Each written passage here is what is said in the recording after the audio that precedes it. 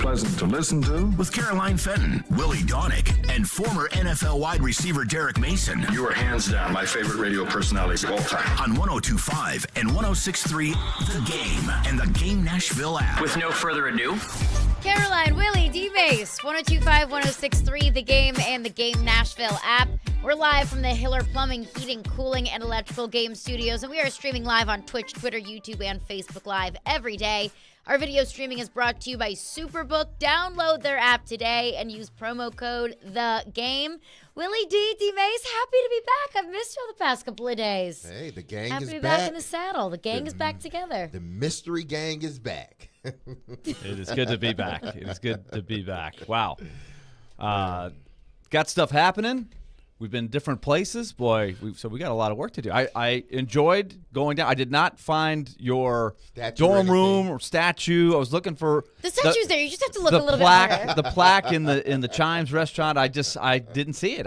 They were cleaning it. Okay, That's what they told me, because I said, "Hey, Willie's coming in. Can you give him the red carpet treatment? Maybe show him my full corner." They said, "No, worst timing," because we were just polishing it up before football season. Oh, wow. What's a girl? We'll just have to go back another time. It's okay. It's okay. We had a great po' boy sandwich. Good. It was a good recommendation by you, right on the edge of campus there. One of my favorite places in Baton Rouge. My son's team down there for the Marucci World Series. They've had a great time. They explored the campus. They actually went on the field. I sent you guys the tape. I actually should probably destroy the tape. Yeah. But it's probably on surveillance camera. They just didn't know it. I hope that we don't get a phone call or something for the team. But one of the guys on his team, actually, they have the old-style goalposts in Death Valley at the stadium, where they have sort of the double bars to get up to the you know what I mean, like the goalpost. It's not the one bar that leads to the goalpost to support it. They have it's two, like an H. so it's more stable, Yeah. right? So one of the guys was able to shinny up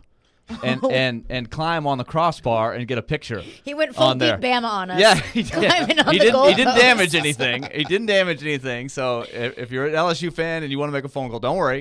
There's no damage to the field, but they did get on the field. It was. They had a blast doing that, just exploring. Snuck into the Pete Maravich Assembly Center as well. They were redoing the floor, probably to put a shrine up there for the national champions from last year. As they should. Yeah. As they should. So we had a blast. PMAC LSU is a really cool campus. Good. I'm glad you enjoyed it. Yeah. It's Hot I was jealous. as blazes. It was hot, but we had a good time. Louisiana in July and August. I remember covering Saints OTAs when I was in college, and that's like around this time. And I remember standing there on the sidelines and thinking, I'll never be cold again. Like, this is the hottest heat that I've ever felt in my entire life, and I just don't think I'm going to recover from it. But I'm glad that you enjoyed it. Glad Mahoney had a good time. Yep, he got the save yesterday. They played on turf fields, too, because if it rains, that's just how they do it now. They don't want to delay the tournament, stuff like that, so they find a lot of fields that have turf. But the problem is when it's 96 and the turf is going on, I don't know how they do it, Like honestly. 90% humidity. Oh, my gosh. I don't Yeah. know how they get through it. I don't know how they do it. It is brutal. It is absolutely brutal.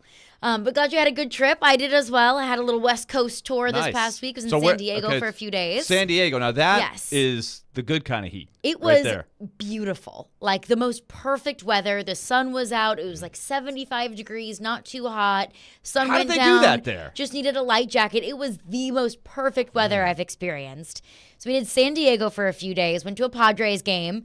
Love Petco Park. Wow. Is my second favorite park that I think I've ever been to, only behind Busch Stadium. Okay, I have not been to that one. I really want to go to that one. Really cool. It was nice. We went on a Tuesday night, and it was packed. The whole place was packed. The fans were fun. The fans were nice as could be. So I had a great time at Petco Park. And then we took a road trip to Phoenix. Ooh. The Cardinals were playing the Diamondbacks, so I got to catch a Cardinals game. It was 120 degrees in Phoenix. But had a really great time. 120? 120 degrees. Shouldn't it just stop like at a certain point where the thermometer just reads hot as hell? Yeah. It's like human body will burst into flames. Exactly. Anything above this number, we're not going to even give it to you because we're just going to say it's hot as hell. That's all. Like anything That's all that above matters. 100 is just hot. Yeah. Anything above 115, You might as well not even put it down. it's oven temperatures. But imagine, though, the difference between 60 and 80. That's a pretty big difference. Yeah. Yeah. 100 and 120 is 20 degrees. That's 100 is unreal. It was 120? the craziest thing I've ever. And everyone says, yeah, but it's a dry heat. That doesn't make it better. It's still so Heat is hot. heat. Heat is heat. But yeah, I had a great time, but happy to be back. I'm not going to lie. Had a little bit of FOMO over the last couple of days. You thought you was had missing some things, FOMO. Once training camp got Rick started. Neuheisel term. Yep. Once the DeAndre Hopkins press conference started, I'm like, wait, hold on. I have some thoughts. Hold on. I wish that I could be there. But I have caught up. I listened to you guys yesterday. I listened to Jared's show, Robbie and Rexroad this morning, Chase as well. I've read a bunch of things. I read Gentry Ess's breakdown in the Tennessean. Tried to fulfill my FOMO just a little bit, get, tuned back in, try to get back into the swing of things and get ready for the show today. But really, my overall takeaway, and I want to throw this out there and you tell me if you have observed anything differently. This seems to me that this is going to be the season of the sophomores. That this is the season of Traylon Burks and Chiga Okonkwo and Nicholas Petit-Frere when he gets back from his suspension, from Malik Willis. I was listening to Jared's show yesterday, and he was going on and on and on about how good Malik Willis looked, or at least how much better he looked from the last time we saw him this past season until now. Was that something that you guys observed at camp yesterday as well? He's shown progress. But again, I don't get too excited about the first few days. It's a good step for him. And obviously this is in lieu of what happened during, mini camps, how Vrabel has raved about him, how he's, seems like he's learning more. He's taken another step. He doesn't look like the quarterback from last year. And that's all you want to see. But I'm not going to get too excited because I know how these things go. He's going to have good practice, and then all of a sudden he's going to have a bad practice, and everybody's going to be wondering, he's back to the bad. There it is. Yeah. No, we've all decided that we will wait until preseason is over to get excited about one of these quarterbacks outside of Ryan Tannehill. So I said it yesterday. I said, he's going to have his good days. Will Levis will have his good days where one looks better than the other. And then there may be a day where both look better than Ryan Tannehill. I hope those are not many days, but there will be a day in camp where both of them have a better day than Ryan Tannehill. So all I want to see is both of the guys, because I want both of the guys to make their stake or make their claim for that 2 spot. And if both of them do a real good job, it helps the Titans, moving forward. Do they have a dilemma on their hands if that happens? I don't think so, because you're going to have to I think you would keep all 3 of them, because Ryan Tannehill next year may not more than likely be on this roster.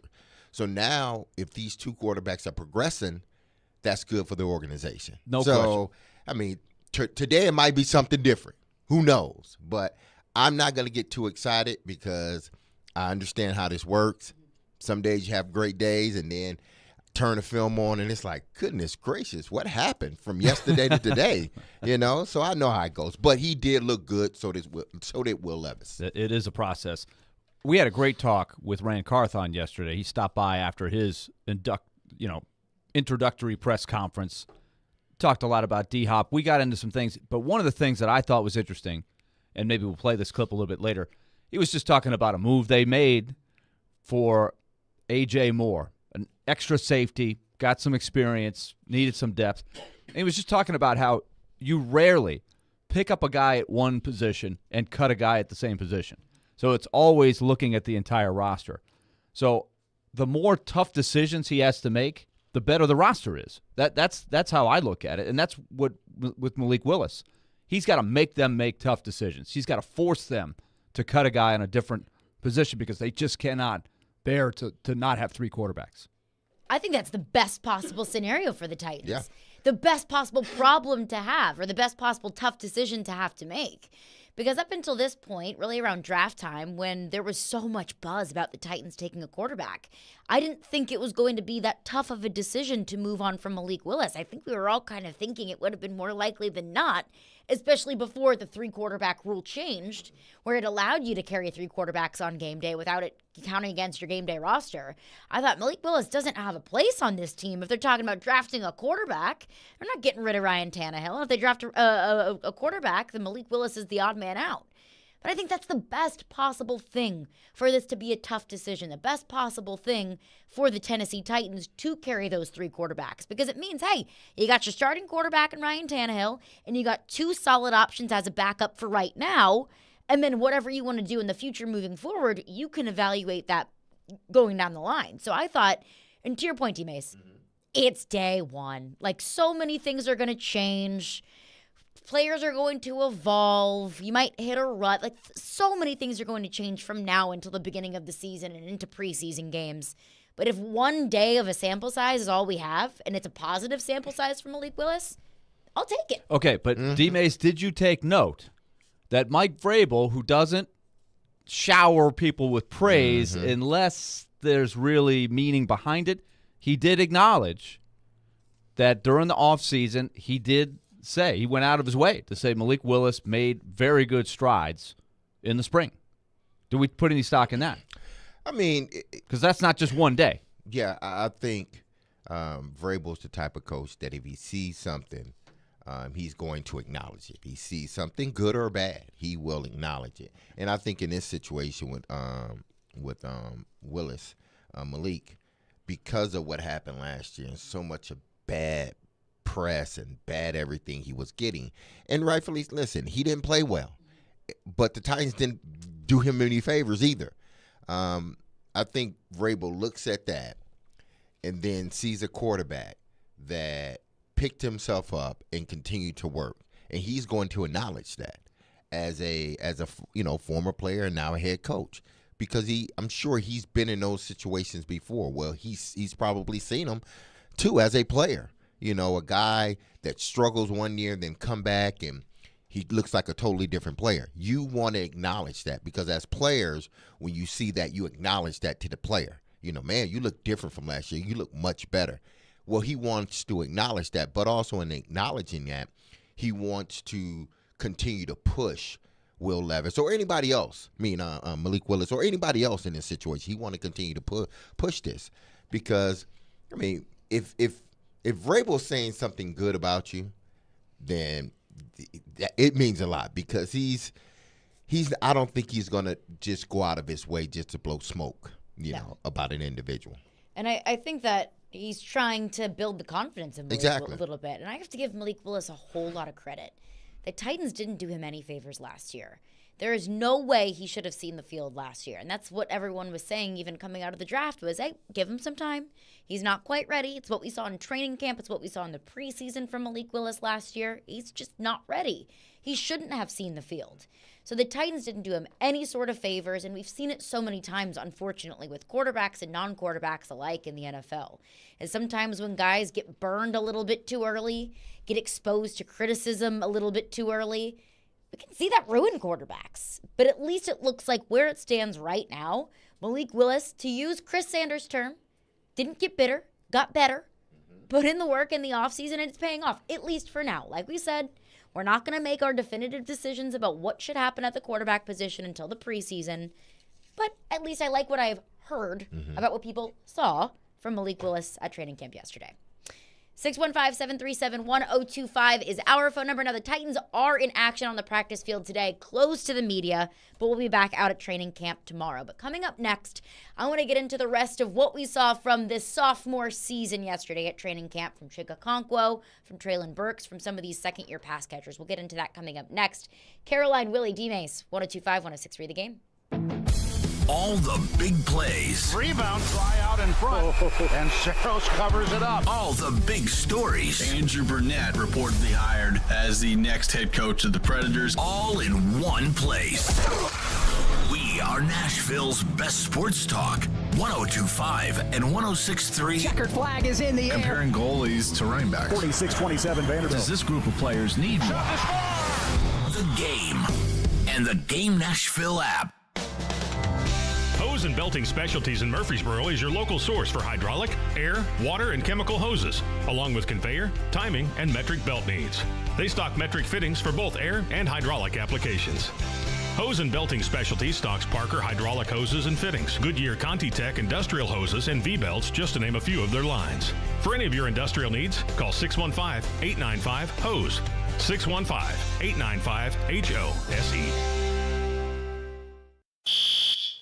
Attention all fire and safety line experts. Middle Tennessee's fastest growing fire protection company is looking for experienced service technicians, designers, and sprinkler system experts like you. Tired of working for a large corporate employer? Work for a company where you're more than just a number. Jarrett Fire Protection is owned and operated by Nashville natives and wants to invite you to grow with their amazing team. Hi, I'm Jason Jarrett, owner of Jarrett Companies. I'm looking to hire experienced sprinkler experts and will offer a sign-on bonus of up to $5,000 for certified professionals. In addition to our great benefits that include a 401k match, PTO, and top pay with annual bonuses, we will also provide you with the top-of-the-line tools, trucks, and equipment that you need to grow your career. Our customer base is large and business is booming with many opportunities for advancement. Give us a call or go online to jarrettfire.com and apply today to become a member of our family and protect our community. That's JARRETT fire.com. Jarrett Companies, where we are above and beyond industry standards. If you're hiring, it can feel like you're trying to find a needle in a haystack. You can hope the right person comes along, or you can just use ZipRecruiter. And now you can try it for free at ZipRecruiter.com/radio. In fact, ZipRecruiter has helped a lot of business owners find their needle in a haystack, like Marco, president of operations at Telly Tires and Auto Centers. Because Telly Tires has grown a lot in the last few years, Marco needed to hire everyone from a receptionist to a store manager to a head mechanic. ZipRecruiter helps me find all the right people, even the most difficult jobs to fill. ZipRecruiter helps me keep my business running. Take it from Marco and millions of other businesses who've used ZipRecruiter. ZipRecruiter can help you find the needle in the haystack. See why 4 out of 5 employers who post a job on ZipRecruiter get a quality candidate within the first day. And right now, you can try ZipRecruiter for free. That's right, free at ZipRecruiter.com/radio. That's ZipRecruiter.com/RADIO. ZipRecruiter.com/radio. ZipRecruiter, the smartest way to hire.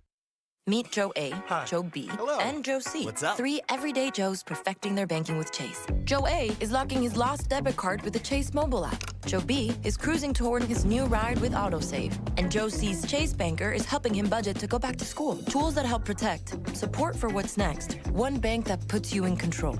Visit chase.com/checking. Chase. Make more of what's yours. Chase mobile app is available for select mobile devices. Messaging and data rates may apply. JP Morgan Chase Bank, N.A. member FDIC. Want to see our smiling faces? You can watch us on Twitch, Twitter, YouTube, and Facebook Live. We are good to go. Presented by Superbook Sports, voted #1 sportsbook in Vegas. Having some fun in the midday. Okay, that's really fun. This is Caroline, Willie, and D-Mace. It's a good source of energy because it's live. On 102.5 and 106.3 The Game and the Game Nashville app.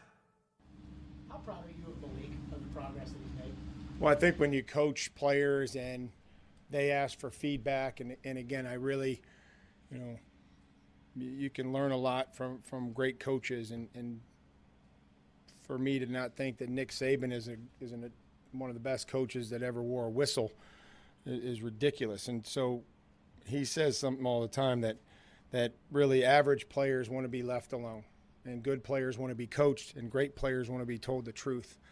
And I think it's like, man, if we can just live in that world where everybody just, hey, what was this? What is this? What else do I need? What do I need to do to improve? Where do I stand?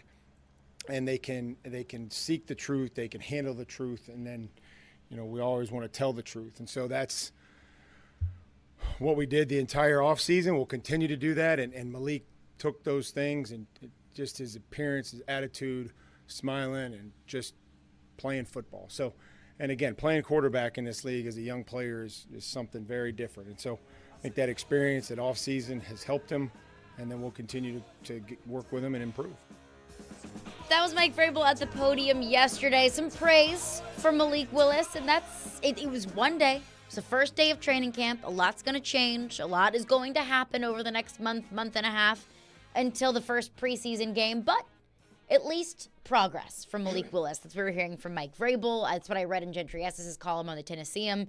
It was overreactions from day one. He said, if I'm going to overact positively, then hey, it's an interesting year for the quarterbacks. We were also mentioning, too, at the break, when Mike Vrabel is impressed with somebody, when Mike Vrabel likes a guy, you know it. Like Aaron Brewer, tougher than a $2 steak. He talks about Jack Gibbons all the time. Mike Vrabel loves Jack Gibbons. He got one of the offseason awards. And you're seeing that kind of come through with Malik Willis, too. I think, and I tried to study this, and also you try to pick up what a lot of coaches like to do. You hear that in Mike Vrabel's voice, how much he enjoys the teaching part of it. You know, there's a lot of headache when you're the coach. You got to deal with this and that and off the field and the media. But I think he really enjoys just getting in there and breaking stuff down and trying to teach people, coach people. And that came through in that answer there. There was a great, insightful part of the Bussin' with the Boys long, lengthy interview. And you got to commit to it, all right? It's almost like you're going to go to the movie theater, right? Or that kind of time It's a block. full Oppenheimer. Right. I mean, get yourself a drink and, settle in. If you want to listen to the whole thing, it takes a lot of getting through. And it is not PG-13. It is beyond PG-13 at times. I would put the R rating on it. So I don't know if you want the kids listening to it. But it has some really insightful things. And one of them is how Taylor Lewan kind of had a back and forth with him about how Vrabel will be quick to point out things you do outstanding. He'll put it in front of the whole team. He'll single you out on a clip on video. He'll also single you out if you screw up and he doesn't think you're doing the right things, the effort and things like that. He will show you up. And it was interesting. DeAndre Hopkins echoed that as when he was asked yesterday in his first press conference for the Nashville media, what do you like about Vrabel? He goes, he's the first to compliment you. He's also the first to criticize you if you need it. So he respects that. Well, that's what you have to do, I believe, as a head coach. You got to, you're going to push your guys. So in pushing them, there are some things you're going to praise them over, but then you don't want them to get too comfortable. So you're going to, if there's, reason to criticize, you're going to criticize that person constructively so they can then get better. And I believe that's what the guys truly respect about Vrabel is that he's going to call it the way he sees it, either way, be it good or be it bad. Doesn't matter if it's Derrick Henry or Caleb Farley. We're talking about two ends of the spectrum as far as player.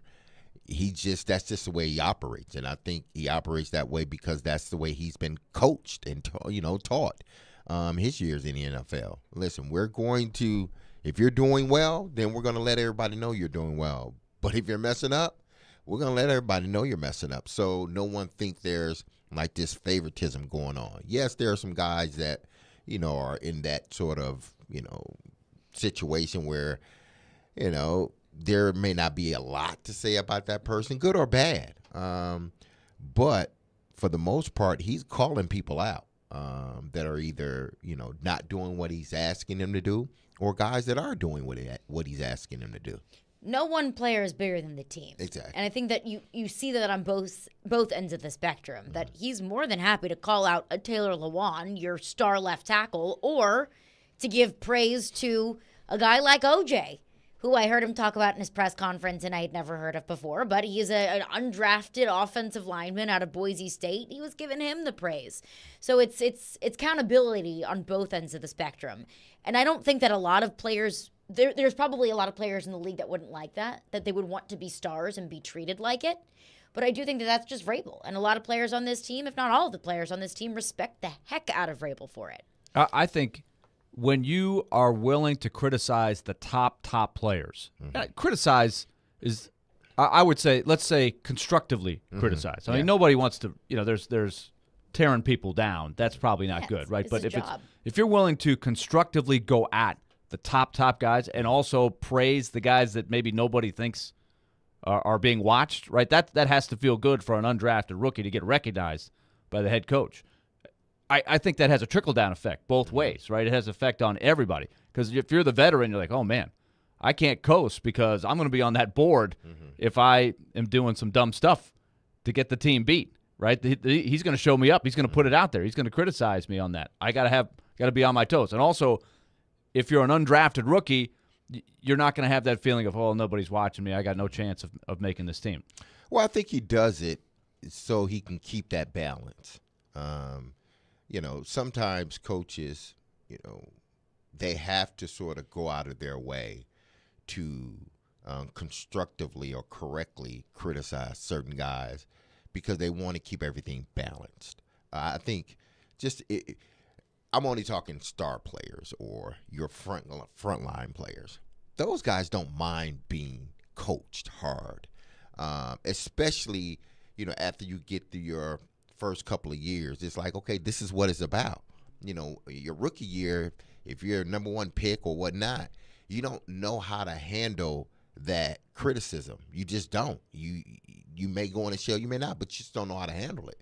But then as you go along in your career, I think you better handle it, and you understand where it's coming from, and you accept it, and you embrace it, because he's only doing it for the majority of the time. Now, there are some coaches out there that will, try to chop you down just because they don't like you personally. But majority of the coaches are, listen, we're gonna coach you hard. We're gonna be constructive in our criticism, and majority of the players, at least the guys that I've been around, they don't enjoy it, but they accept it, and they're like, okay, I understand why he's doing it. I may not like it at the moment, but I'm not going to make a big fuss about it, because I know I know why he's doing it, and it's not just for me, but it's for those other guys that are behind me that see me getting criticized constructively. They know they too then can be criticized as well. So it's not just this hierarchy of players. And Dimas, that's something that you've talked about before, is kind of the lessons that you just naturally learn as you go throughout your career. And some of them are fun lessons, some of them are tough lessons to learn, but they're lessons nonetheless that you learn throughout the entirety of your career. And that's what I want to get into coming up next, is maybe some of the lessons that the year 2 guys have learned. Because I've said, from all of the things that I have read, from what I've listened to on this station, it seems like this is such a key year for what I'm calling the sophomores. Malik Willis, Traylon Burks, Chig Okonkwo. So how did the pass catchers look in year 2? By the way, do people still use the term sophomore? I introduced my daughter last year as a sophomore in college, and she said, Dad, we're called second years. With all the COVID stuff, what? I feel like did something change and I just didn't realize it? Well, what do they still call freshmen? I don't know. First year. Their first year. No, you're a freshman. You're a sophomore, you're a junior, and you're a senior. Maybe we need to get a few texts on this. Yeah, because I just want to know if I am just that old guy that missed something. Maybe it has something to do with Are we COVID. that politically correct that we got to call them first or second year people now? I don't instead know of if it's sophomores? politically correct or it's just a COVID thing, because it gets confusing sometimes, Maybe like an especially in athletics, right? You can be a 6th-year senior, so you can be a senior like 3 times. A super duper senior. I mean, you can go to 3 or 4 different schools. What year are you? I lost track. Super duper senior. Yeah, Stetson Bennett was a senior for like There's 5 been people years. that play in senior night. They get introduced with the family, then they're playing for a different school the next year. As a senior again. I've never heard. So maybe that's why it started. I don't know. Second year sounds like you're like at Hogwarts. And you're like you're a second year. It's Okay. awfully fancy pants. So can people help me on this? 615-737-1025. Did it change and I just didn't realize, or can we still say freshman, sophomore, junior, senior? Well, I'm gonna continue. You're just gonna keep doing it. I'm just Okay, gonna go I am too. Freshman, sophomore, junior, senior. Yeah. And then when you get into redshirt freshman, it gets a little hairy. But Yeah, but we get that, at least in sports. right. But now it's different because you have the extra for at least for another year or two. The COVID thing, everybody got an extra year, so that confuses everything. So that's why a redshirt. What is a redshirt junior? How many years left do you have? It could be 2, could be 3. who knows? I mean, it's changed. It has. It I'm absolutely has. ready for that to be done. By the way, let's get back to, you have 5 years to play for. That's simple enough. I think that's transfer, fair. do whatever you got to do, but you play 4 different years. You got 5 years to play for. No more of this 6-year stuff. I don't know why. It's the most difficult thing in the world for me, and maybe I'm not alone here, to decipher how many years of eligibility a player has left. Like I will watch a full game and break it down, and we can do a 4-hour show about it. But if you ask me, hey, this redshirt sophomore, how many years do they have left? I have no freaking clue. Right, because of COVID. And we need to get on from that. It's time to move on. My kids were in high school when this happened. They didn't get to do their senior year of high school over or the junior or 9th grade over again. No. You get one The crack world at has it. moved on. We need to get out of this in college. But you We'll can be out of still, it pretty this soon, year, yeah. you can still, because of COVID, have an extra year to play. I think this may be And you the can be last 29 year years next old year. or 36 years old and still be eligible somehow because of wow. COVID. Cole says freshman, sophomore, junior, and then as many senior years as you Yeah. can. There you That's, go. yeah, senior years. years. That clears up the parentheses confusion. S. Yeah, there you go. Yeah, easy enough. Well, I'm just going to call them the sophomores. The sophomores, second year in the NFL. Traylon Burks, Chigakonkwo. What did Willie and D-May see from them yesterday, and how much better is this offense going to be in their second year, their sophomore season, if we will? We'll get into that coming up next, and of course, your thoughts as well. 615-737-1025. Caroline, Willie, and D-Mace is brought to you by Zen Sports. Start earning cash rewards on your bets today. Gambling problem? Call 1-800-889-9789. Terms and conditions apply. Must be 21 or older and in Tennessee to bet. 102.5-106.3, The Game. Here we go, in and out of the huddle. Training camp is underway in the Music City. We want to try to make sure that we're developing a team. And we have you covered. Could Peter Skoronsky be an option at tackle? How quickly can DeAndre Hopkins get going? We'll be broadcasting live from training camp with the latest news and storylines from practice. Ryan Tannehill in the last year of a contract. It's a different team. It's a different roster. Training camp coverage is brought to you by the Simmons Bank Open, Caudill Vet Clinic, and Parman Energy on 102.5 and 106.3 The Game and the Game Nashville app. Hey everyone, it's D Mace for Zen Sports, the new sports book in Tennessee that is bringing cash back to Nashville, or should I just say Cashville, people. I know you hear it. I do as well. Zen Sports is revolutionizing the way we earn, or you earn, sports betting rewards on Zen Sports. What you see is what you get. And with their cash reward program, you get a lot of cash. I hear it, I see it, I can visualize the people. For a welcome bonus, earn an unlimited 5% cash back on your betting volume for your first 15 days when you sign up with the code DMASON. That's DMASON. That's right, unlimited 5% cash back. Keep betting and keep earning with up to 3% cash back on your betting volume every month after that. And refer friends to earn a percentage of their betting volume as cash reward, people, too. Zen Sports is bringing the cash back to Tennessee. So if you're betting big on sports, you want to be betting on Zen Sports. Terms and conditions apply. You must be 21 years or older in Tennessee to bet. Gambling problems? Call 1-800-889-9789. That's Zen Sports. Betting just got better.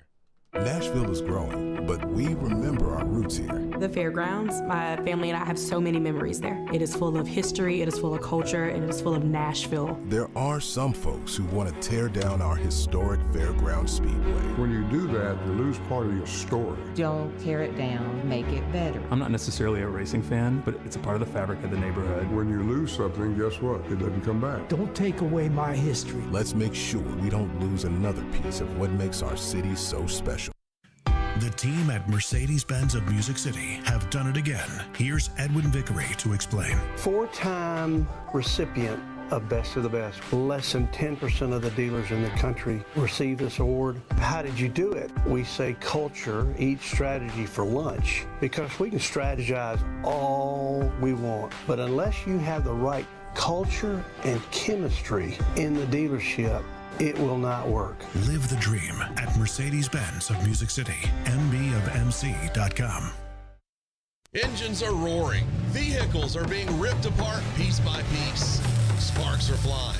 This is a typical day at Lincoln Tech's NADC in Nashville, where auto, diesel, and heavy equipment maintenance technicians train for careers that are in demand across the state and country. Put your potential to work and enroll now for July classes at Lincoln Tech's NADC. Visit lincolntech.edu for details and to schedule a campus tour. That's lincolntech.edu.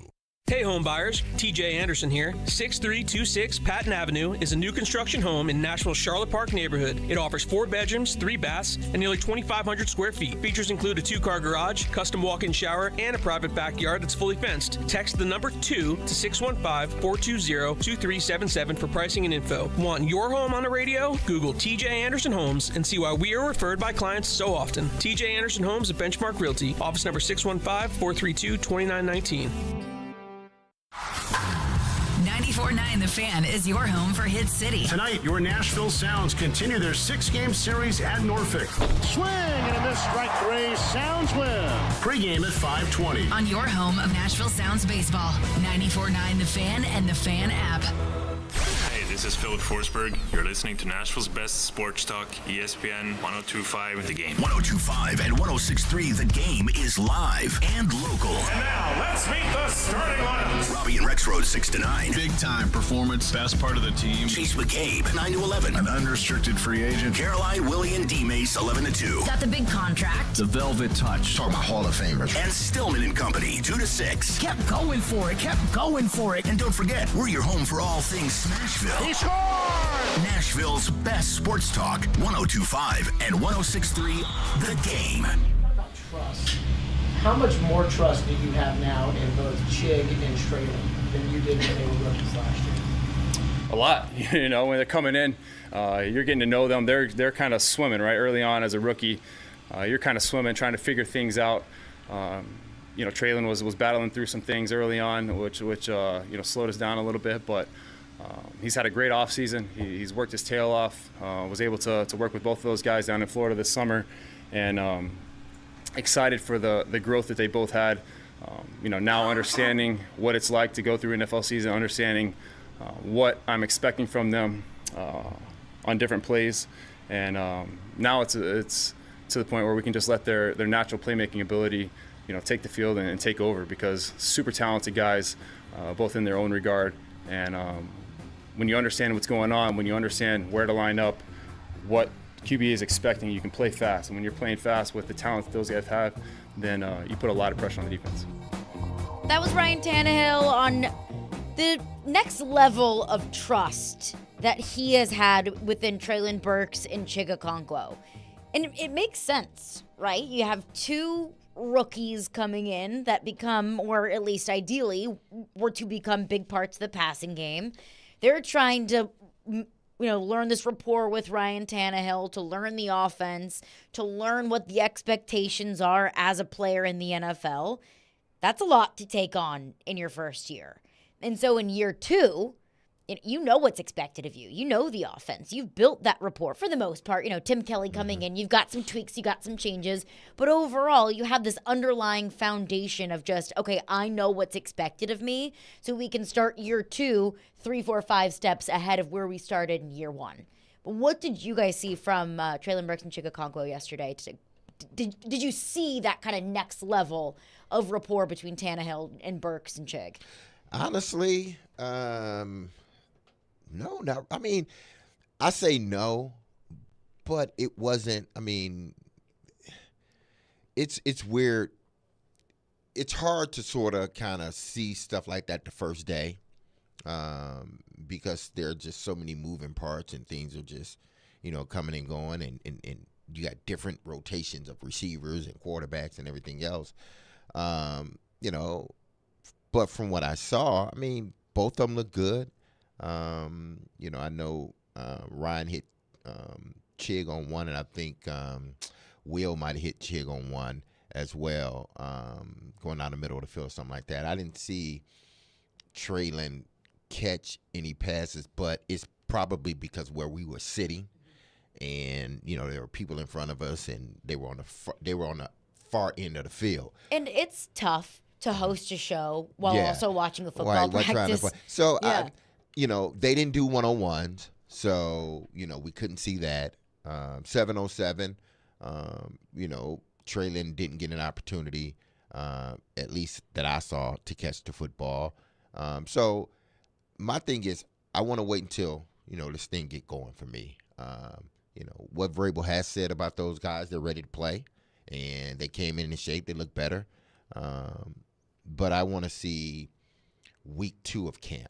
I think I said this to y'all last year. Week 1 of camp to me means nothing because everybody's flying around. Everybody's fresh. The guys that can practice, they're practicing. Everybody 100 miles per hour.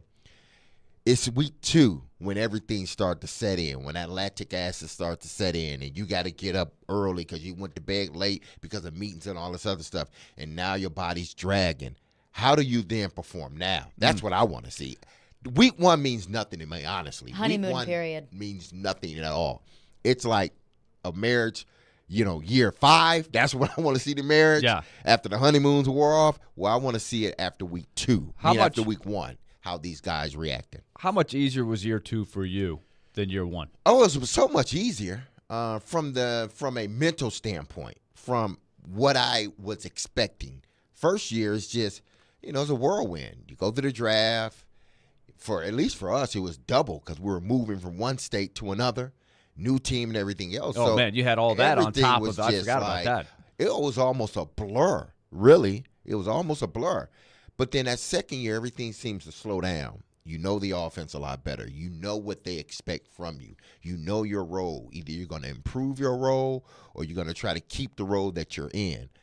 So that second year, if I don't see any progress by the second year from a player, it's going to be tough after that for me to believe, unless he's dealt with injuries or something like that, but for me to believe he's going to catch on and be, a highly contributing player on a football team. I thought it was interesting that Tannehill acknowledged that Traylon Burks' issues, and they were not his fault, right? Mm-hmm. The asthma and the allergies and some of the things that inhibit. He acknowledged that did slow down the process of trying to build chemistry. Totally. And put him behind the eight ball a little bit. So hopefully that will be – his growth could be even more accelerated because he didn't have that this last offseason.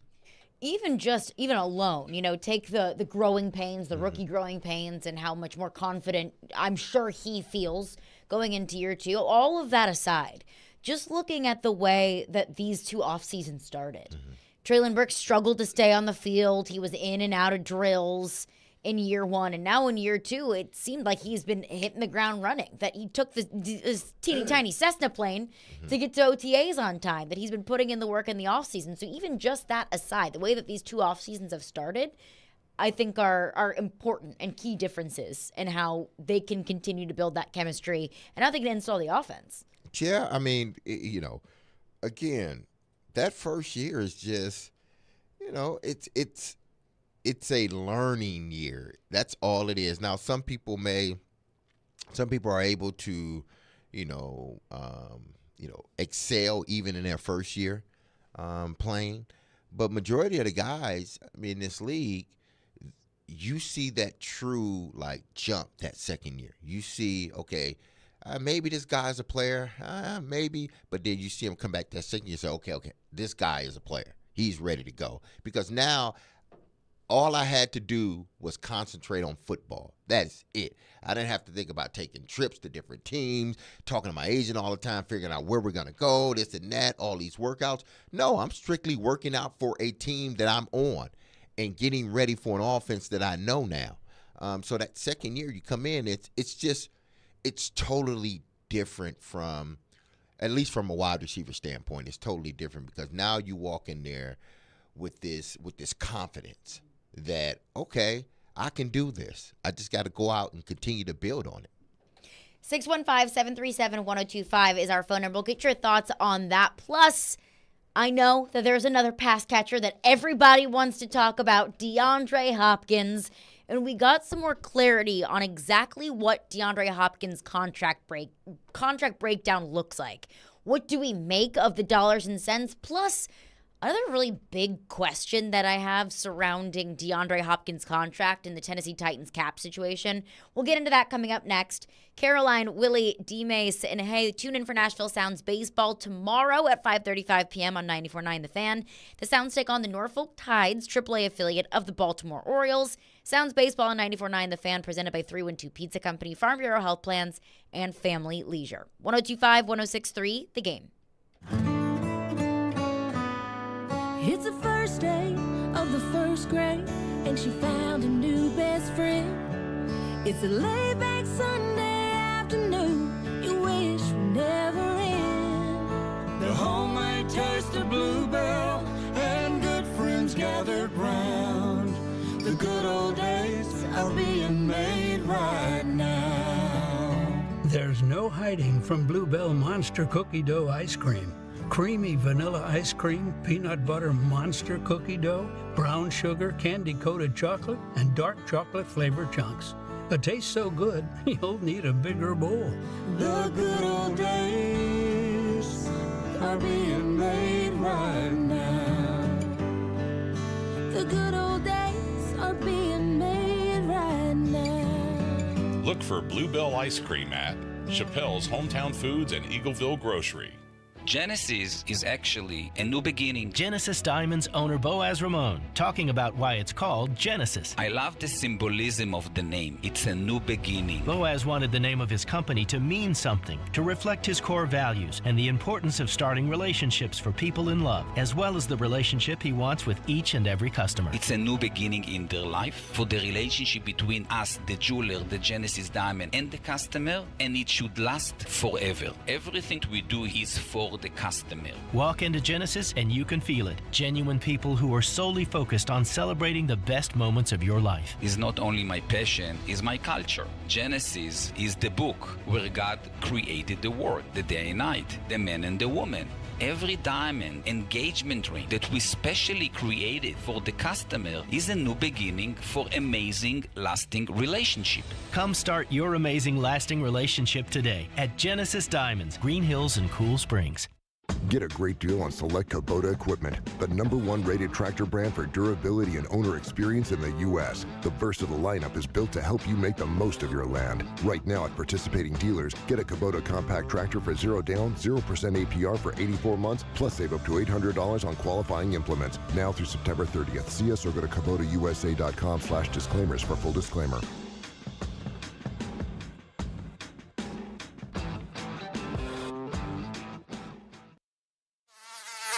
This is Pre-Tection. Yep, Pre-Tection. The everyday skin protection ritual that protects your skin from mosquitoes. Pre-barbecue. Pre-playground. Pre-everything. Pre-every day. Prevention is the best protection. This summer, make sure you have OFF, the #1 dermatologist recommended repellent brand. SC Johnson, a family company. They're homegrown in Nashville, discussing the biggest topics in the SEC. The fans are going to want the rivalries to stick around. They've lost to Alabama every year. The NFL. What if all the top 3 quarterbacks went 1, 2, 3? You've got to draft your guy at 2. And anything in between. From thinking we know everything to then forgetting about everything we thought we knew the day before. They're Jonathan Hutton and Chad Withrow on Outkick's Hot Mic. Out of the gates, ready to go. Weekdays from 2 to 5 on 94.9 The Fan and The Fan app. Having some fun in the midday. Yeah, that's awesome. This is Caroline, Willie, and D-Mace on 102.5 and 106.3 The Game and The Game Nashville app. What's been your key to sustained success over the 10 years? Deon, you got more catches than anyone in the league in the last 10 years. Ooh, if I could, it's a lot. But I would say being on the same page with my quarterback. I can't go out and throw the ball to myself. Being patient, not having the ego, putting in the extra work. As much as people say, I don't practice. I don't think you can have those kind of numbers without practicing. So it's doing not just, the things you guys see, but also, like I said, outside of the football field, being on the same page and being reliable. That was DeAndre Hopkins in his first appearance at the podium as a Tennessee Titan. Now, it seems to me that in day one, in his first couple back and forth with the media, DeAndre Hopkins said and did all the right things. But before we get into some of the contract breakdown, just some of your first impressions of DeAndre Hopkins at the podium on the field. I thought he did a good job. I thought he was pretty engaging. He didn't shy away from any of the questions. I thought we got some good insights on the value of the past relationship with both Vrabel and Tim Kelly. He said, and I do like how he sort of went out of his way to say about the practice thing. He thinks it's overblown, and he said, I don't think you can put all these numbers up without practicing. But it's kind of setting the stage, and Vrabel sort of was with it too, that they know it's going to be an issue, but they're acknowledging he's not going to be out there for several times. There's going to be times where he's not out there. And I think we all expected it, but at least for it to come out of Vrabel's mouth to say, hey, no, we've talked about his quote-unquote prior engagements. I'm sure he's got a whole lot of vacations planned throughout training camp. But just to hear it come from the horse's mouth of Vrabel saying, we acknowledge that DeAndre Hopkins not going to be here every day, and that's something that we're okay with. Because that's something that we've thrown around a lot throughout the D-Hop sweepstakes is, look, Vrabel's a practice guy. He's a no one guy is bigger than the team guy. Clearly, if they're going to sign him, he's okay enough with it. But I think that just kind of put it out there, and now it's settled. He's not going to be there every day. Mike Vrabel's okay with it, and I can live with that. Yeah, I mean, if you're going to sign an individual, you got to be okay with if you've spoken with them about, say, those potential issues that is out there. You want to talk to him and make him understand, or you both get on the same page, or everybody's on the same page. Listen, I know you're not gonna practice every day, but there are certain days where we need you to practice. We need you to practice most definitely the third down day. We need you to practice red zone day, which is going to be Thursday and Friday. Wednesday is typically the longer day. We're installing a lot of the first and second down pass plays, play action, run plays, stuff like that. You may not have to practice all the time on those days. But, you are, when we brought you in here, we envisioned this as, you're going to be our red zone threat, and you're going to be our big third down guy. So Thursday and Friday, you need to practice if you're not injured. Wednesday, we're going to sort of, give you some days here and there throughout the season. But, those money days, you got to practice. The only reason you're not practicing is because you're injured. But if you can go, you got to practice. Those are money days. To me, and I say that from experience again, because there were days I couldn't practice. I think it was 07, 08, where I broke my scapula. The last 7 games of the season, 8 games of the season, I couldn't practice. But they were like, listen, give us what you can on red zone and third down day. Give us what you can. And that's what I did. I made sure that on Thursday, I was out there for third down. And on Friday, I was out there for red zone and everything else, because those are the money downs. Wednesday, we can work around the schedule. We can work around the injury as long as we have you on those 2 days. And I predict that that's how it's going to be as the season gets going for D-Hop. Let's get some of your thoughts on this. Our phone lines are driven by WilsonCountyHonda.com. LD from McMinnville texts in, says not being there every day and not practicing every day are totally different things. He could still be at the facility and simply not on the practice field. I think that's I don't know. Well, I don't know. He's going to be there. I assume Julio Jones was there in the building. Getting treatment in the weight room, whatever it might be. I don't know what D-Hop's plans are. Mike Vrabel called him prior engagements. I don't know what's going on. Well, I'm pretty sure he had a prior engagement, to whatever it is, and I'm not going to sit here and speculate what it is, but they talked about it. So there will be days in camp. He's not talking about, I don't think he's talking about during the season. I just think he's talking about camp. There's going to be days in camp that he will miss because of prior engagements or prior, agreements that he's made. So he's going to miss those days, and we're okay with that. But I think it's more so in season in regards to the practicing and not wanting to practice or not able to practice, however you want to label it. But he's still in the building. Josh Texan says, hasn't D-Hop earned the benefit of the doubt that he'll keep himself ready for the season? What do you make of that? Earn the benefit of the doubt? I mean, kind of like the veteran skins on the wall? Yes, but still, you gotta practice if you can. I'm saying if you can. Now, if you having hamstring issues and stuff like that, yeah, we gotta monitor you. But if you can practice, you gotta practice. That's just the way I am, and people are starting to sort of these texts. People are starting to sort of make excuses or concessions or sort of well, maybe. No, I just don't operate like that. I don't. So I don't understand it. But I'm telling you more than likely how it's going to be. Whereas he's going to practice, but as the season gets going, there may be days on a Wednesday where he's not practicing as much, or he comes out for warm-ups, do what he needs to do to get his body warm, and then go back in or just watch practice. So he's going to be there all the time unless something comes up. Him practicing, I think you will start to see Vrabel sort of periodically pull veteran guys as the season gets going. pulling guys out of certain practices, allowing guys' bodies to rest. But I can't. I will never go there. I would never go there as far as saying a guy don't need to practice. He's no.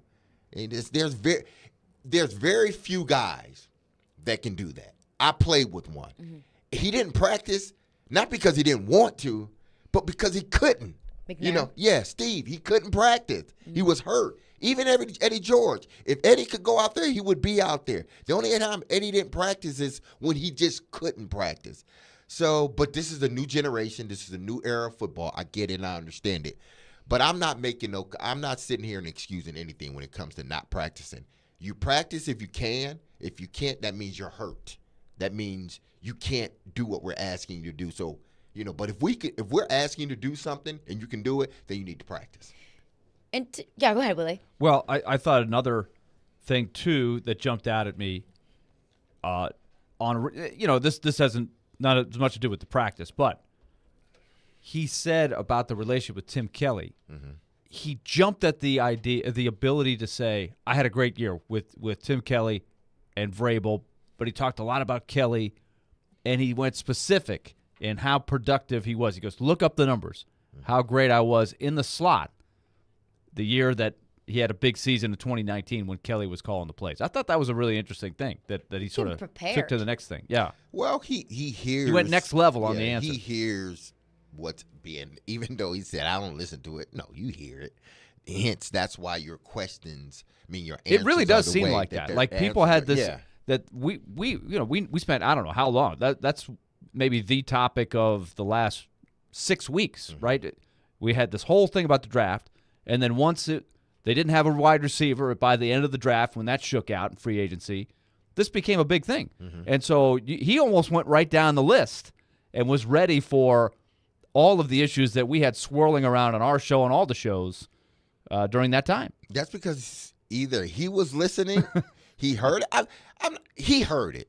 He heard it. Every player hears everything about themselves, good, bad, or indifferent. Every player in the NFL that has a social media knows what's being said about them.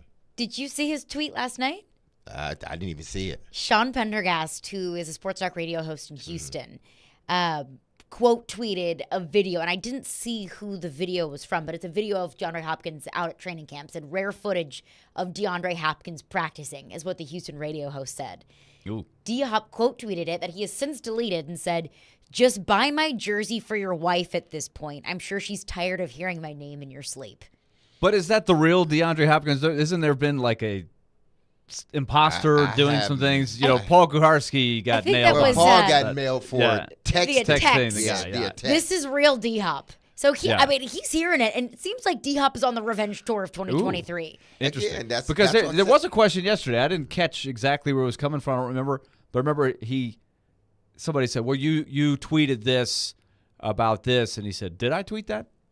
Oh, he knows he tweeted it. Was that me? It goes back to, I'm just a firm believer, maybe because I'm not going to even say that I'm old school because I'm not old, but damn it, if you put a tweet out there, don't erase it. Leave the damn You used to get all over A.J. Brown about that. Yeah, like, dude, why? I don't understand that thought. It's like, I'm going to put it out there, and I'm going to take it back. No, once it's out there, it's out. Once it's out there, everybody's retweeted it. They've screenshotted it. I screenshotted it when I saw it. I said, this is going to be deleted soon. So let me go ahead then and you take and delete it. Why? I don't understand. I don't understand young kids nowadays. I do when it comes to that. Like putting something out there and then all of a sudden taking it back. Yeah. No take-backs. Why did you put it out there then? Not on the internet. No take-backs. Like, why did you put it out there? But I guess there is sort of, okay, let me, I think in this situation, because I think D-Hop went a little bit too far. Because I want to continue to get into that on the other side, because I do have a question about that of what's too far and what is, yes, we love this spicy DeAndre Hopkins, and then what does it get to a point of, like, Mike Vrabel's like, none of this, like, no more of this social media stuff. So we'll get into that coming up next, because I want to hear your point, D-Mace. Caroline, Willie, D-Mace, 102.5, 106.3 The Game.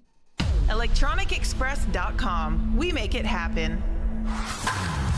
94.9 The Fan is your home for Hit City. Tonight, your Nashville Sounds continue their 6-game series at Norfolk. Swing and a miss, strike 3. Sounds win. Pre-game at 5:20. On your home of Nashville Sounds baseball, 94.9 The Fan and the Fan app. Today's world is filled with many things that can push any of us to our limit. An upcoming move should not add to that list. When you choose Black Tie Moving, you are going to get a highly awarded Inc. 500 company. From the free estimate by a local professional moving consultant to the red carpet treatment you receive on the day of your move, their trained and dedicated team is there to ensure that they take the stress out of the process. Call 844-920-2966. Then sit back and enjoy the best move of your life. Nashville's best deal of the week is Joyland in East Nashville. Joyland is a fun new concept by celebrity chef Sean Brock, inspired by his love for cheeseburgers, shakes, buttermilk biscuits, fries, and fried chicken. Get half off a $30 gift card at theGameNashville.com/deals and enjoy the best burger in town. Find some joy today and eat Joyland for half off with Nashville's best deal of the week. That's theGameNashville.com/deals. Join Caroline Saturday from 2 to 4 at I Am a Difference Maker's 7th Annual Cornhole Tournament. Don't want to compete? No problem. Enjoy some of the best all-you-can-eat barbecue at Lou Haven Farm in College Grove, just 2 miles from Arrington Vineyards. Find out more at IamADifferenceMaker.today. You can host the best backyard barbecue when you find a professional on Angie to make your backyard the best around. Connect with skilled professionals to get all your home projects done well. Inside to outside, repairs to renovations. Get started on the Angie app or visit Angie.com today. You can do this when you Angie that. Your Game Center update. This is Nick Frazier. News out of the NFL. Aaron Rodgers restructures his contract with the New York Jets, taking a pay cut of $35 million and will make $75 million guaranteed over the next 2 seasons. In other sports news, Shohei Ohtani is no longer on the trade block for the Los Angeles Angels. Yesterday on the Chase McCabe Show, General Manager Rand Carthon joined the show and shared his thoughts on what he wants out of DeAndre Hopkins as a Tennessee Titan. Your agent says we're good, but I want to hear from your mouth that we're good, and he was like, yeah, man, we're good. He was like, you're getting a dog. So when Hop said, I'm a dog, I was like, nah, I don't need a dog. I need a wolf. And so that's what I've been calling him ever since we got him here, was a young wolf. But again, that's a testament to how he's wired. Tonight, the Nashville Sounds look to continue their winning ways versus the Norfolk Tides as they come off their win last night by a score of 5-3. Coverage begins at 5:30 on 94.9 The Fan. You're listening to 102.5 and 106.3 The Game. For more, follow us on Twitter at 102.5 The Game or visit thegamenashville.com. Live from the Hiller Plumbing, Heating, Cooling, and Electrical Studios. WPRT-FM Pegram, WPUC HD2 Laverne. Nashville's exclusive home for the Nashville Predators. 102.5 and 106.3. 79-52 Vanderbilt. And I think he's got a coach up by Cheryl. You're going to see more moves. The Game. A Cromwell Media Station. Covering your teams and the news of the day. Ladies and gentlemen. This is Caroline, Willie, and D. Mace. Who is pleasant to listen to. With Caroline Fenton, Willie Donick, and former NFL wide receiver Derek Mason. You are hands down my favorite radio personality of all time. On 102.5 and 106.3, The Game, and the Game Nashville app. With no further ado.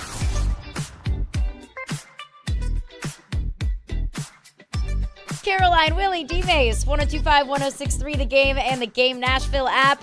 We're live from the Hiller Plumbing, Heating, Cooling, and Electrical Game Studios, and we are streaming live on Twitch, Twitter, YouTube, and Facebook Live every single day. Our video streaming is brought to you by Superbook. Download their app today and use promo code THEGAME. Let me just say, we're an hour in, and it feels so good to talk about actual football. And I know we're talking about pads-less football and day one of training camp, and a whole lot's going to change, and a whole lot's going to ramp up over the next month, month and a half, 2 months. But it just feels really nice to talk about real things that happened on a football field. We are so close. Can almost taste it. Quickly, before you get to that. Yes. Jalen Ramsey was carted off the field. Practice after suffering an apparent knee injury. They said he tried to continue, but he hobbled to the cart. So they're still hoping. They're hoping that it's nothing serious, but he was carted off the field today. Yikes. Mm-hmm. That has to be, I think, concern number one at this point in the season. When if you lose a guy in the middle of the season, yes, that's awful. You get that production out of them at least as long as you can. But like losing Harold Landry in training camp last year, it is just such a bummer. So hard to overcome. It is. It is. So hoping for the best for Jalen Ramsey. Scary scene there, sounds like, out at Dolphins training camp. But it's fun. It's real football. Real football's happening. Absolutely. So training camp, day one, yesterday. We'll be back out at the practice facility tomorrow. The Titans are practicing today. Closed to the media today, but we'll have some more updates for everybody coming up tomorrow. But we were discussing some of the DeAndre Hopkins social media antics over the last couple of days, and he spoke with the media yesterday, or was it 2 days? Yeah, 2 days ago, on Tuesday. And it seemed to me that he just had this sense of confidence, not necessarily cockiness, but confidence in this essence of, I have something to prove, and I can't wait to prove it, and I want to prove it here. But last night, DeAndre Hopkins quote tweeted a Houston radio host who said, rare footage of DeAndre Hopkins practicing. DeAndre Hopkins tweeted it, said, just buy my jersey for your wife at this point. I'm sure she's tired of hearing my name in your sleep. Spicy from D-Hop, but has since been deleted. But D-Mace, you had a thought on that before the break. Yeah, I think, and for one, he should have this air of confidence. It's sort of like a fresh start for him. It seemed like things didn't go too well in Arizona. So now it's sort of like this fresh start for him. So he should walk in with an air of confidence, considering what he has been able to do in this league. But all of that aside, I just think, sometimes, you got to have respect for things, because I don't think, and listen, they may have a history of going back, back and forth with one another. I don't Sounds know. like they might. Yeah, but I don't think, the tech tweeter, said anything out of bounds or disrespectful. Do you like it? Probably. Probably not. But it wasn't like out of bounds or anything.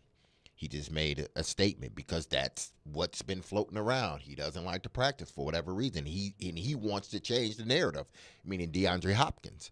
But when you start to insert family members into situations like this, that's not cool. That's a line you shouldn't cross, because if the shoe was on the other foot, if that guy had said something about, D-Hop's wife or girlfriend, I don't know if he's married or not, but his significant other, let's say that.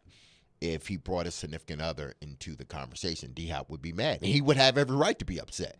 He was like, dude, there's a line you just don't cross. Don't insert my family in your tweet.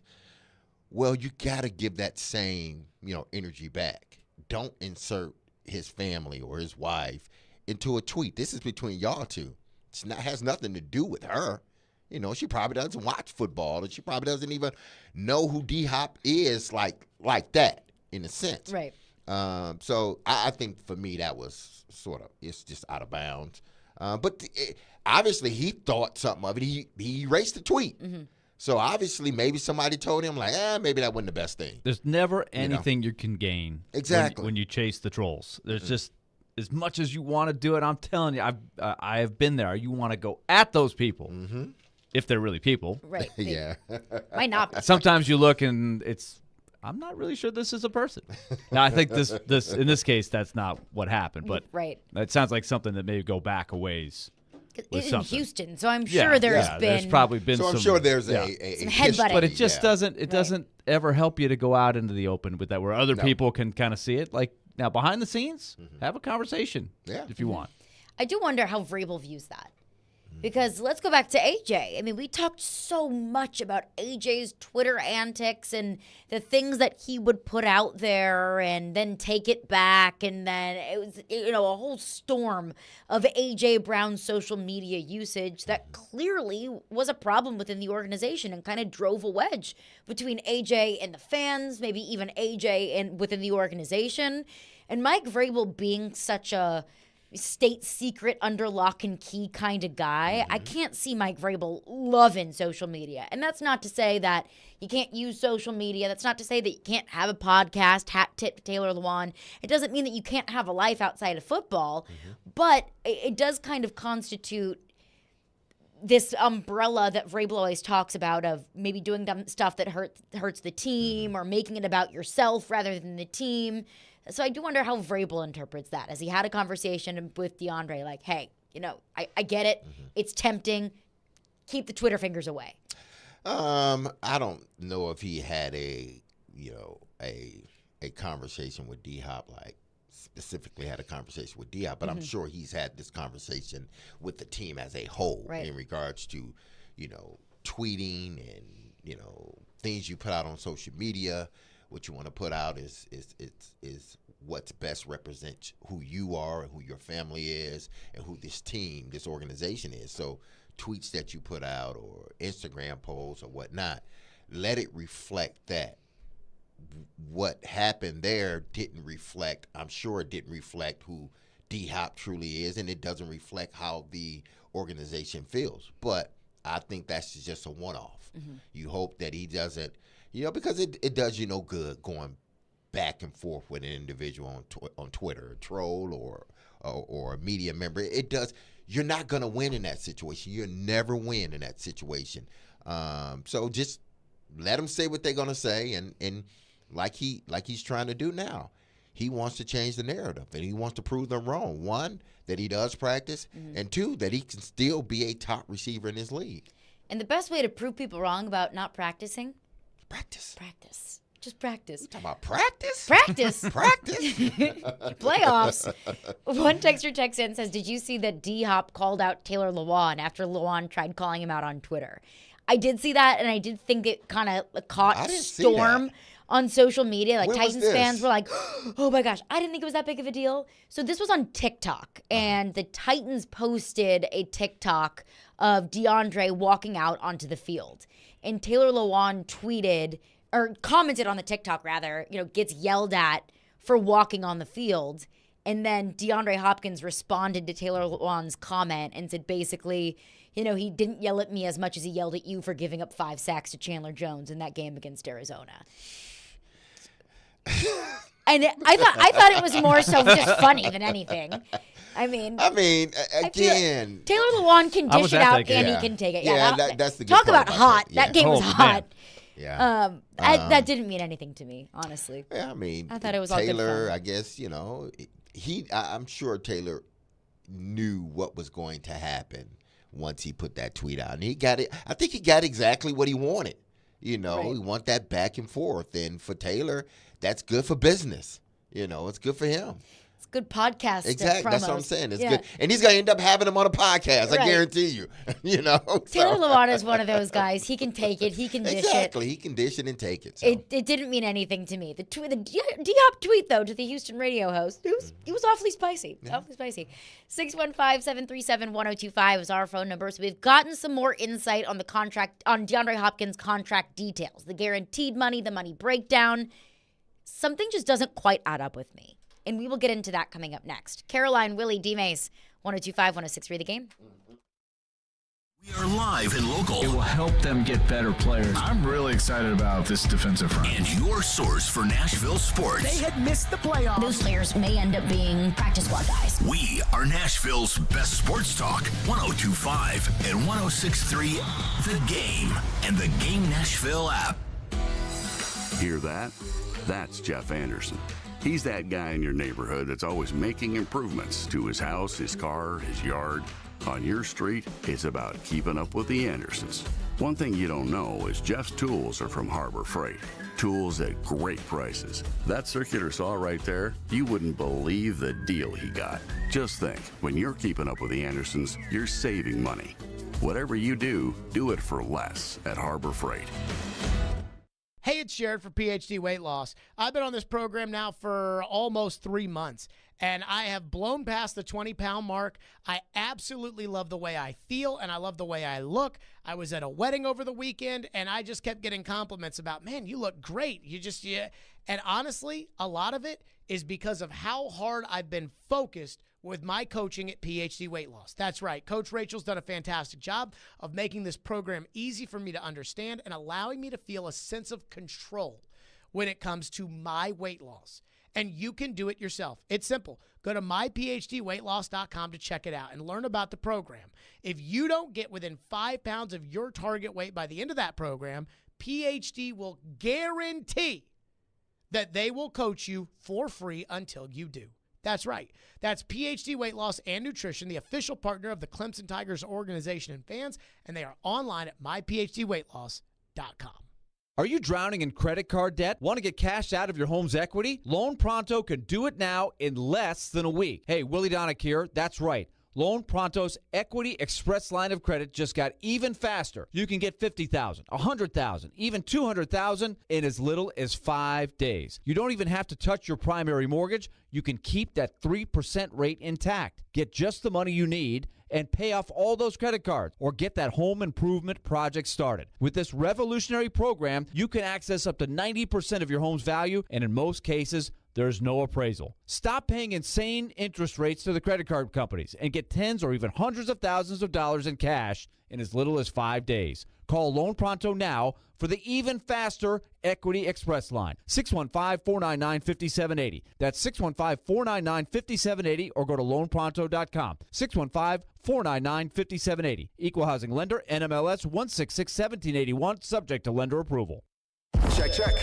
You might already know about the Acura MDX. V6 engine, seat 7. We have an announcement. We swapped that engine with a specially made 3-liter turbo V6, race-tuned the steering and suspension, and for the first time, added Type S performance to an SUV. So we're just gonna drop this right here. The Acura MDX and first ever MDX Type S. Acura, precision crafted performance. Experience the thrill at Gary Force Acura, proud sponsor of the Nashville Predators. TennesseeAcura.com.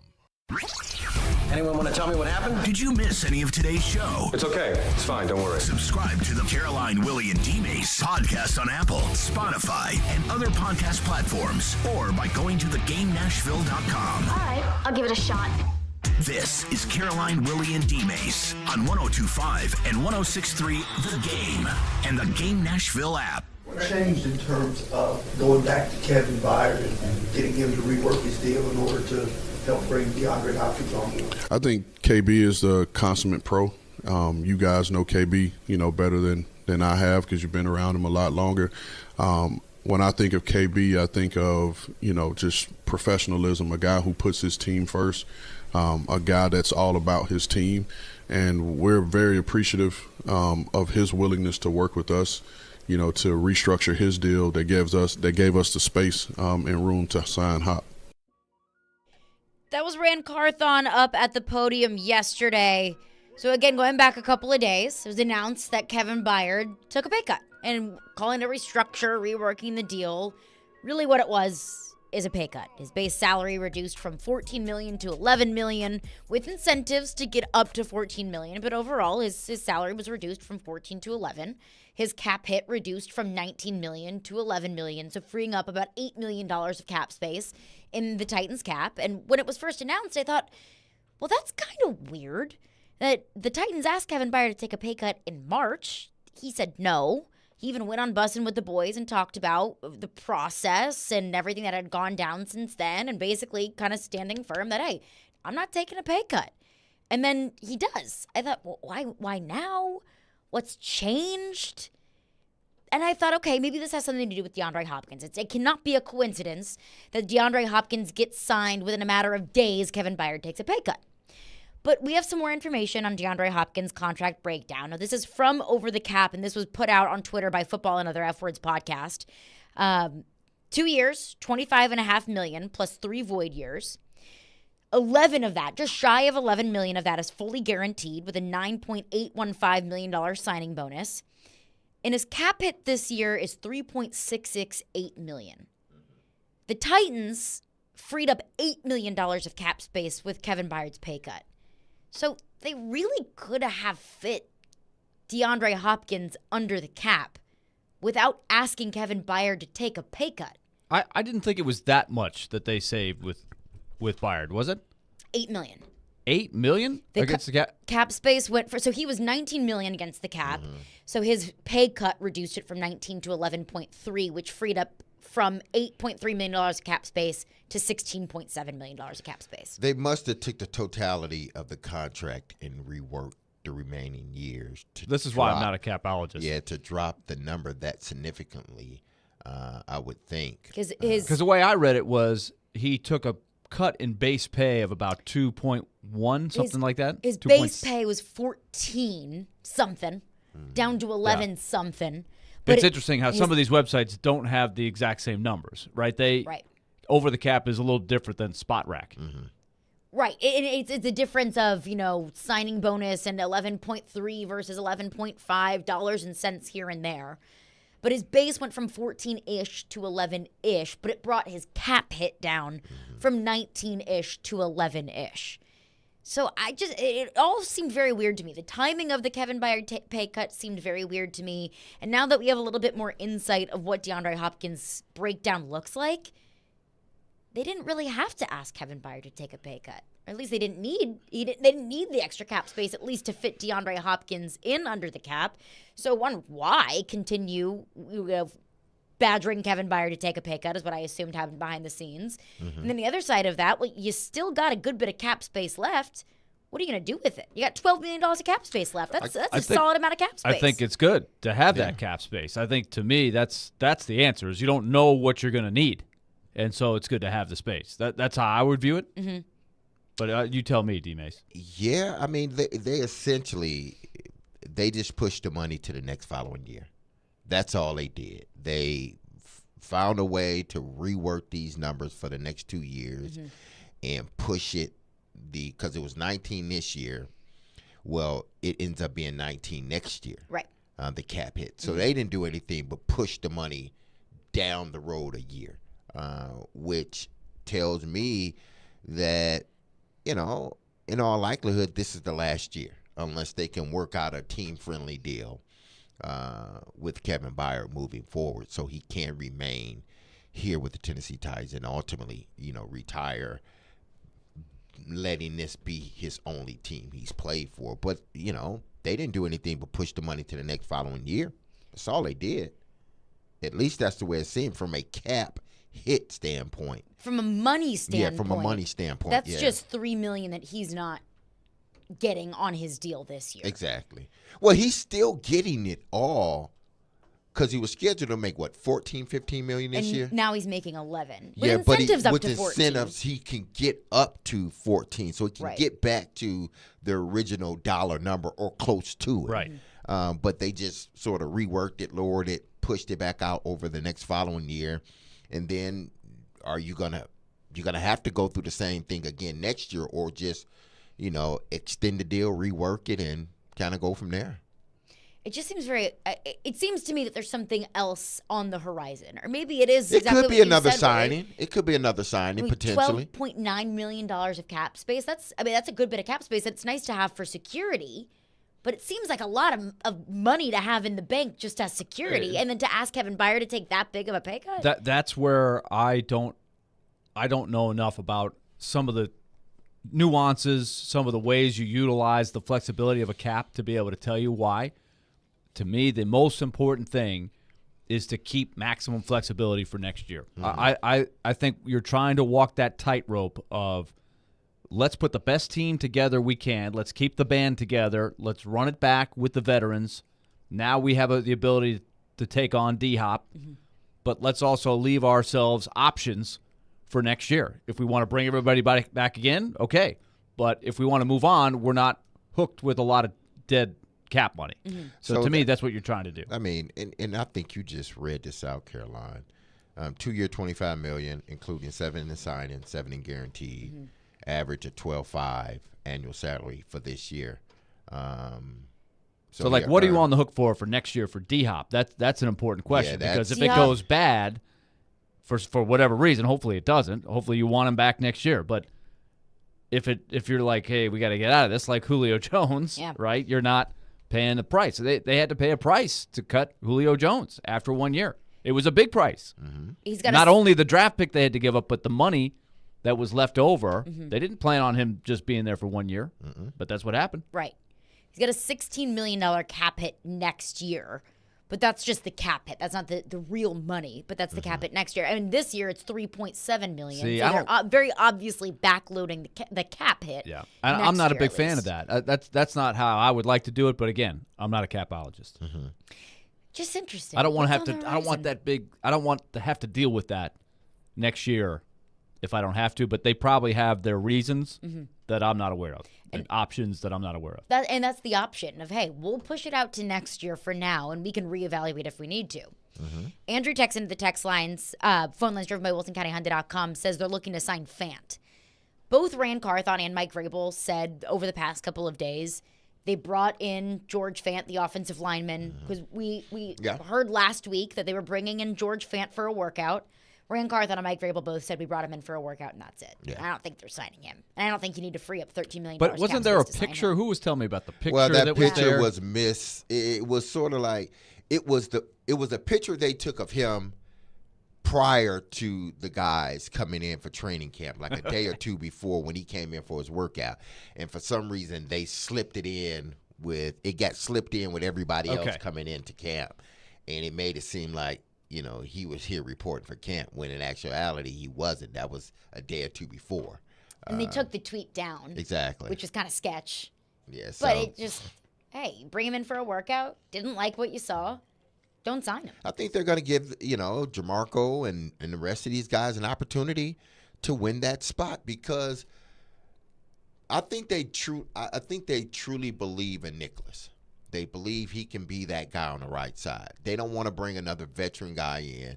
They just but they do believe that these other guys should have an opportunity to win that spot. They can always bring in Fant. As long as nobody else signed him, they've already worked him out. They probably told him, hey, listen, stay in shape. We give you a call back if anything changes. So he's going to be there unless somebody else picks him up. I want to give these younger guys an opportunity to earn a position. And Vrabel talked about Jamarco Jones. OJ.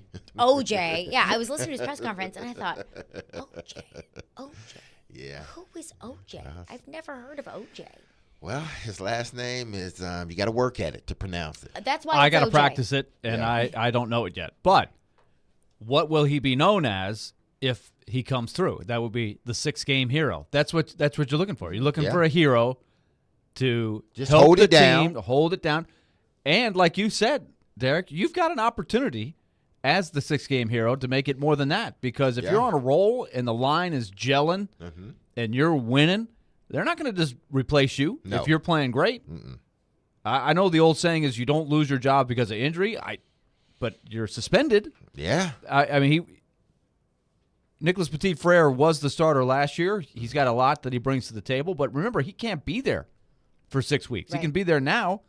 But when the season starts, you got to be gone. If they're on a roll, you got to keep moving. So it's up to him to win his job back. So that person who wins that job has an opportunity to win a spot. Yeah.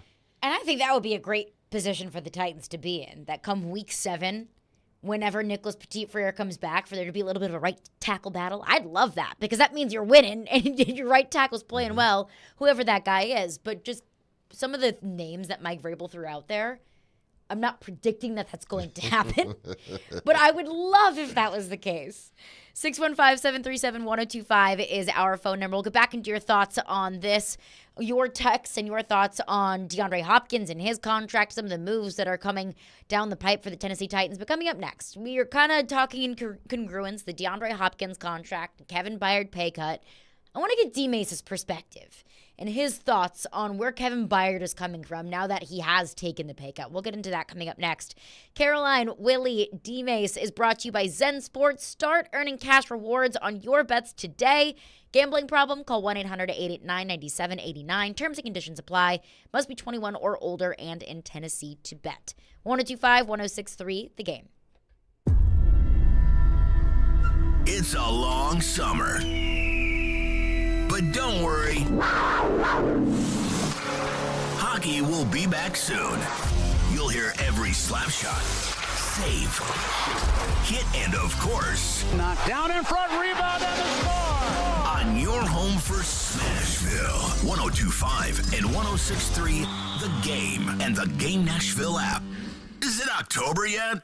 Gypsy Kings featuring Tonino Baliardo return to Nashville with a concert that will take you on a trip down memory lane. The Gypsy Kings will be performing their greatest hits November 4th at TPAC Andrew Jackson Hall. For you to dance and enjoy an unforgettable night. Tickets on sale through ToninoBaliardo.com. A Loud and Live production. The team at Mercedes-Benz of Music City have done it again. Here's Edwin Vickery to explain. 4-time recipient of Best of the Best. Less than 10% of the dealers in the country receive this award. How did you do it? We say culture eats strategy for lunch, because we can strategize all we want, but unless you have the right culture and chemistry in the dealership, it will not work. Live the dream at Mercedes-Benz of Music City, mbofmc.com. 312 Pizza Company is your spot for the best Chicago-style eats right here in Nashville. From thin crust pizza to deep dish pizza to Italian beef sandwiches and Chicago dogs. Doesn't get much better than that. Until now. 312 Pizza Company is now serving up their award-winning pizza by the slice. All day, every day. Don't have time to wait for a full pie? No problem. Get a slice instead. Order a full pie but want a little more? Add another slice. Do it. Honestly, just go get a slice. 312 Pizza Company, Nashville's authentic Chicago pizzeria. Go get a slice. This year, Boys and Girls Club of Middle Tennessee celebrates its 120th anniversary. Through time, BGCMT continues to evolve to enable all young people, especially those who need us most, to reach their full potential as productive, caring, and responsible leaders. Because of your continued support, BGCMT has remained strong and is committed to supporting our youth and solidifying our mission and culture in new exciting ways for 120 years. Visit bgcmt.org today. My brother-in-law died suddenly, and now my sister and her kids have to sell their home. That's why I told my husband we could not put off getting life insurance any longer. An agent offered us a 10-year, $500,000 policy for nearly $50 a month. Then we called SelectQuote. SelectQuote found us identical coverage for only $19 a month, a savings of $369 a year. Whether you need a $500,000 policy or a $5 million policy, SelectQuote could save you more than 50% on term life insurance. For your free quote, call SelectQuote at 1-800-350-5858. That's 1-800-350-5858. Or go to SelectQuote.com. 1-800-350-5858. That's 1-800-350-5858. SelectQuote. We shop. You save. Full details on example policies at selectquote.com/commercials. 94.9 The Fan is your home for Hit City. Tonight, your Nashville Sounds continue their 6-game series at Norfolk. Swing and a miss, strike 3. Sounds win. Pre-game at 5:20.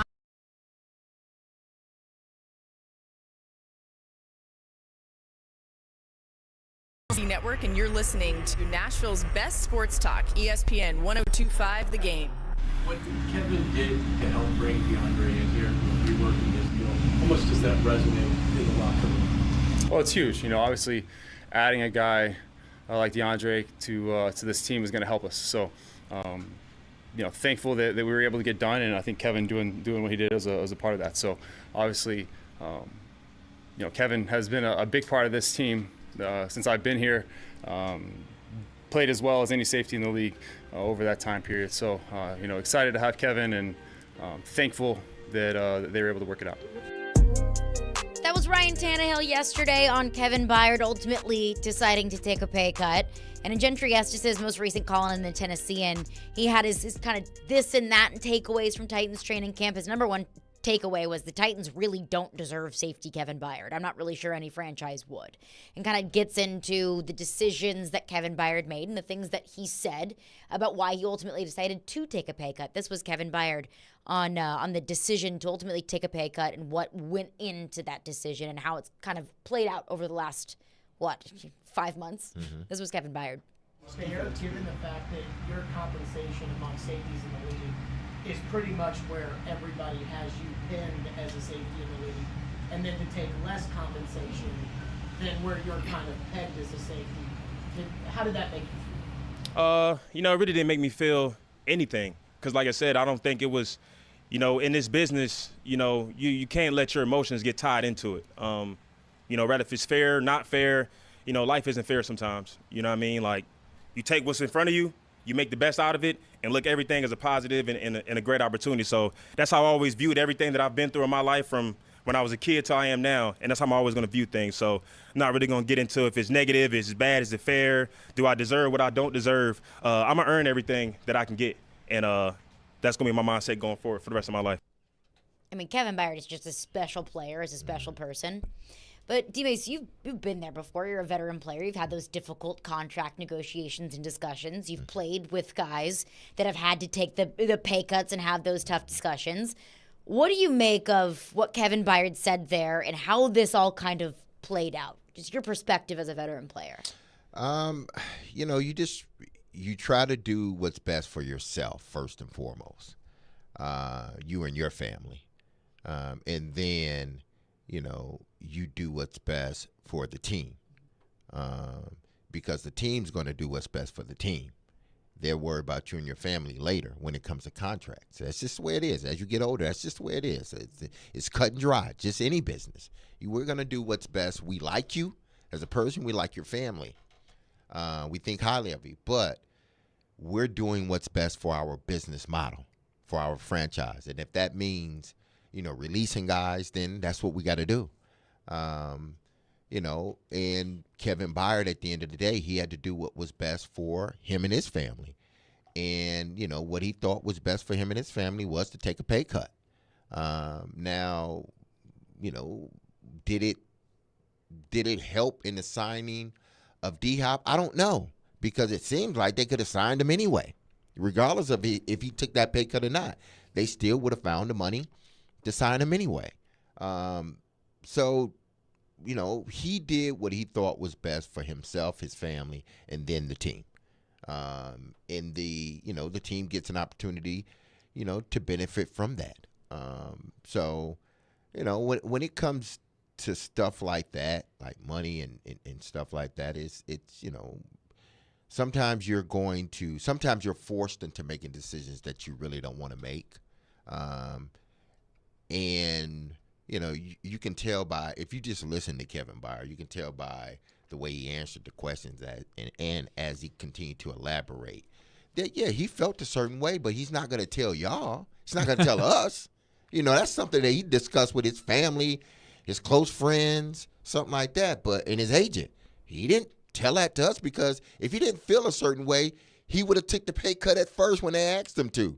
He wouldn't have. And I know he didn't come out with it. It was, it was put out there. But I mean, if it wasn't a big deal, then you would have said, okay, want me to take a pay cut? I get it. I take it for the team. Let's do it. Boom, boom. But he said no. So I don't blame him. People, just listen to what he did and what he's saying now. It's two different things.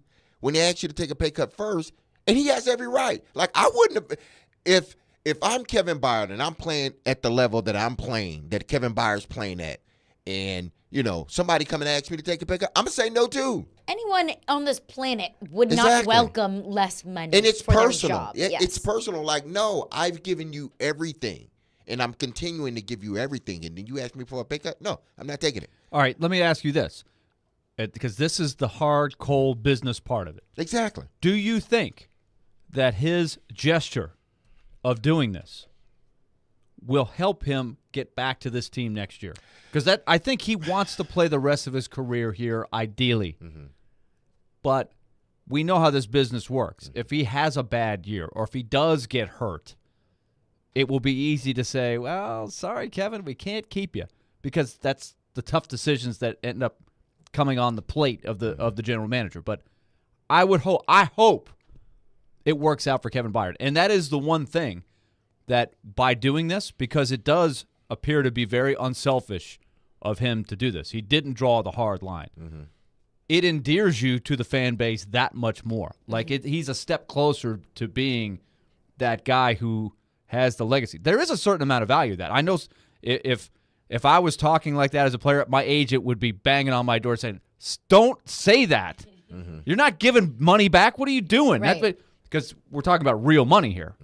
But I do think there is a value in coming across as this unbelievable team guy, unselfish guy. And I do hope, kind of like they have with Derrick Henry, they do him right next year when the time comes. They've done Derrick Henry right? They've stayed out of the contract squabbles. They've paid him, and we know in this day and age, people don't pay running backs, especially running backs that aren't pass catchers. They have done Derrick Henry right. But the reason is they have a deep respect for Derrick Henry, the person, what he adds to a locker room, et cetera. The same is true of Kevin Byard. Well, so do you think it will help him next year? It only helps him if it doesn't hurt the team in the cap, the money. If it doesn't hurt the money, then it helps him that he did decide to give some money back to open up, free some space. But if it's hurting the team and they can't do some of the things that they want to do, then again, they like you. They will welcome you with open arms when you decide to retire. You can always come back to this building. Hell, they might even put his name in a ring of honor. I think they should. But if it's hurting the cap, if it's hurting the money, then we got to part ways. Derrick Henry's going to run into the same thing potentially next year. Ryan Tannehill more than likely. Every team runs into this. Nobody's exempt, okay? Nobody. We see Aaron Rodgers. He's gone. He's not exempt. Peyton Manning, and he was took gone. a $35 million Tom Brady, pay cut. he was gone. Nobody's ever exempt. That doesn't mean they don't like you. Hell, Tom's about to get, enshrined this upcoming season in New England. But they had to let him go. They couldn't work it out. Why? Because, I guess the money wasn't right or whatever. But they allowed him to go somewhere else. They could have signed it back if they really, really, really wanted to. But it didn't fit into what they were doing possibly from a contractual standpoint. Every guy is going to go through this. That doesn't mean that the organization will not honor you like later on in life. It's just if it makes sense, then we assign you. If it doesn't make sense for the team, then we can't do it. Unless now Byard can stay here if you want to keep on taking pay cuts. See, we'll keep you if you want to keep on taking pay cuts. That's the thing. That's what I can see happening next year. Is like, you're coming to me again. I have to take another pay cut to stay, and that is tough for a lot of players to handle. But what you get in exchange is the continuity of continuing to play and hopefully play for a good team. That's part of the reason you would take a pay cut, is so the team has more to be able to be competitive. And Kevin Byard was asked if it was an ultimatum, like, hey, to take a pay cut or nothing. And this is what Kevin Byard had to say when he was faced with an ultimatum. Were you presented with an ultimatum from the team that if you weren't able to get your contract reworked, that you wouldn't be here and there would be consequences for that? It never really got to that point. Like I said, I don't really want to speak on the entire process of how everything worked. But, like I said earlier, man, just happy to be back, happy to be able to, obviously help the team. But at the same time, for me, it's all about a great opportunity. I have a great opportunity in front of me to be able to go out here and be the best player I can be possibly and just help this team. And like you said, whatever going forward can happen, at the end of the day. But we're just trying to make the best out of the situation and go out here and win ball game.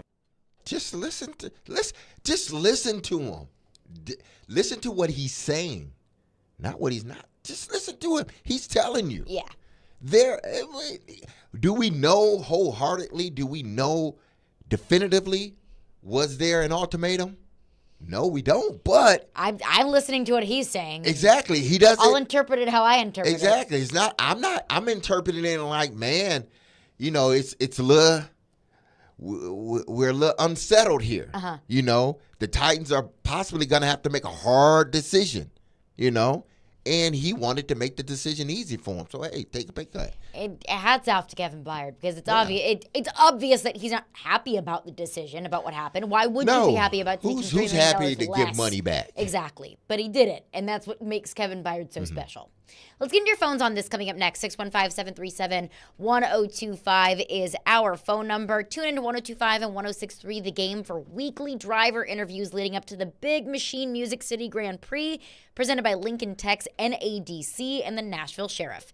The Big Machine Music City Grand Prix will be 3 days of racing, 3 days of music, one huge weekend event. So go to musiccitygp.com for tickets and get ready to experience Nashville's premier speed and sound event on August 4th through the 6th. 102.5, 106.3, The Game. It's going down. It's going down. It's going down. They fight. Jared, you're Well, how do you know, Joe? How do you know? And fight. And because of that, How do you know that, though? How do you know that? But that's okay. It's Jared and Joe. Every Wednesday at 5 p.m., Jared Stillman and Joe Rexroad debate the big topics in sports. Jared versus Joe. Presented by Pella Windows and Doors and Parman Tractor and Equipment on Stillman and Company. Wednesdays at 5 on 102.5 and 106.3 The Game. Okay, let's tell you again about Loan Pronto. They have a lot of different things to help you do the things you need to do financially this summer and this coming fall. You need some cash? Don't mess with your primary interest rate. If you're a homeowner in our listening area, your home's value is probably very, very good right now. So if you have a good interest rate, don't mess with that. What Loan Pronto is suggesting is the Express Equity Credit Line. You build on your home, or you take from your home's equity and then use it for a home improvement project that can make your home even more valuable. Or if you've got simply some bills to pay on credit cards or other high-interest loans, it's a great way to get that credit card bill or that bill down to zero so you don't get hit with those hard interest rates. Loan Pronto also has the best when it comes to streamlining this. They can now get you thousands of dollars in as little as 5 days with the Express Equity Credit Line. It's even faster than it used to be. You don't even need to get a home appraisal in most cases. So call Loan Pronto now for the even faster Equity Express Line. 615-499-5780. That's 615-499-5780, or go to loanpronto.com. Equal housing lender, NMLS 166-1781, subject to lender approval. Hey, Ray Jeter here with Harness. Are you an experienced superintendent, project manager, foreman, or estimator? Do you possess a unique perspective that sees problems as valuable opportunities? We are an excavations and site utilities contractor. We are actively seeking skilled superintendents, project managers, foremen, and estimators who embrace challenges with a positive mindset. If you embody this mindset, apply today at selectharness.com. Harness LLC, build people, move dirt.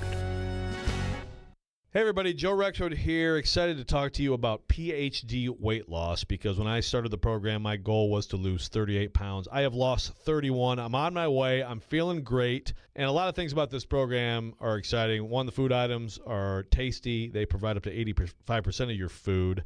No pills, no gimmicks, no suppressants, no cravings. No problem. It feels good and it feels sustainable. And obviously for anybody who has tried to lose weight, you can lose weight on different programs, but can you sustain it? Can you get past the plateau? This is a plateau busting program, okay? You don't stall out. You don't want to quit. There's constant care. The program is designed for you. My coach Rachel does a great job not only of tweaking the program and helping me through and motivating me, but also explaining to me how this is working in my body. And you got a guarantee with this program. If you don't get within 5 pounds of your target weight at the end of the program, PhD will continue to coach you for free until you do. Join me now. You won't regret it. Visit myphdweightloss.com. Election Day in Davidson County is August 3rd. Don't forget to cast your vote for mayor, vice mayor, at-large council members, district council members, and Tennessee House of Representatives District 51. This important election will help shape the future of our region. Early voting is from July 14th through 29th. If necessary, the runoff election will take place September 14th. For more information on registration, early voting, and polling locations, visit the link at thegamenashville.com. Nashville's Best Deals is a great place to save cash fast. Get up to half off or more on dining and entertainment at thegamenashville.com/deals. Check back often for new featured deals and save money now at thegamenashville.com/deals. Here's something you've never heard before. Stop. This is Simply Safe.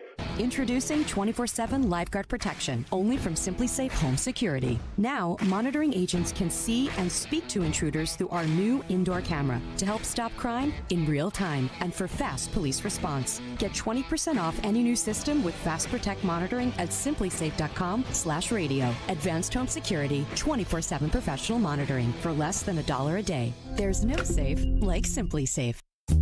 They combine hard-hitting journalism. The Titans asked Kevin Byard to take a pay cut. Strong-willed opinions. There's hot takes and then there's like weird takes. Yeah. This is a weird take. And sometimes some old man takes. I'm excited about it. So do I gyrate embarrassingly? To create the perfect morning show, they are Robbie and Rex Road. Mornings from 6 to 9. Presented by TJ Anderson Homes of Benchmark Realty on 102.5 and 106.3 The Game and the Game Nashville app. Having some fun in the midday. Okay, that's really fun. This is Caroline, Willie, and D Mace. It's a good source of energy because it's live. On 102.5 and 106.3 The Game and the Game Nashville app. The Game Summer Ticket Tour is headed to Homegrown Tap Room and Kitchen located at 2720 Old Lebanon Road this Friday afternoon from 2 to 6. Come eat, drink, hang, and leave with a pair of free Sounds, Preds, Big Machine Music City Grand Prix, or concert tickets. Also, you can get signed up for the grand prize Titans tickets or Preds tickets in the 501 Club and a 2-night stay at Opryland Hotel with access to sound waves. Black Tie Moving delivers the Game Summer Ticket Tour. For more details, visit thegamenashville.com/tour. We've got some thoughts on our text line, so unless we have some thoughts, let's go. Let's go to the phones. Our phone lines are driven by WilsonCountyHyundai.com. Anything is on the table. Kevin Byard, DeAndre Hopkins, Malik Willis looking better than last year in at least the first day of camp. Our dear, dear, dear sweet friend from Indianapolis, Indy Ben. Indy Ben. Indy Ben. He's the straw that stirs the drink. And where would we be without him? I don't know. It's like, where would the Joker be without Batman and vice versa? Indy Ben is our Joker. Indy Ben texts in, says, as a rival fan of the Titans, Hopkins really doesn't scare me all that much. That doesn't surprise me. He's not an explosive beat you with one play guy, but rather a death by 1,000 cuts where he can be dependable underneath if he's fed the ball enough. I just don't see the Titans going away from what they've done where Tannehill throws the ball 25 times per game, which gives limited opportunities to let Hopkins beat you that way. Vrabel loves the ground and pound with Henry. I think the difference there is let's just look at 2022 to now what could be of 2023.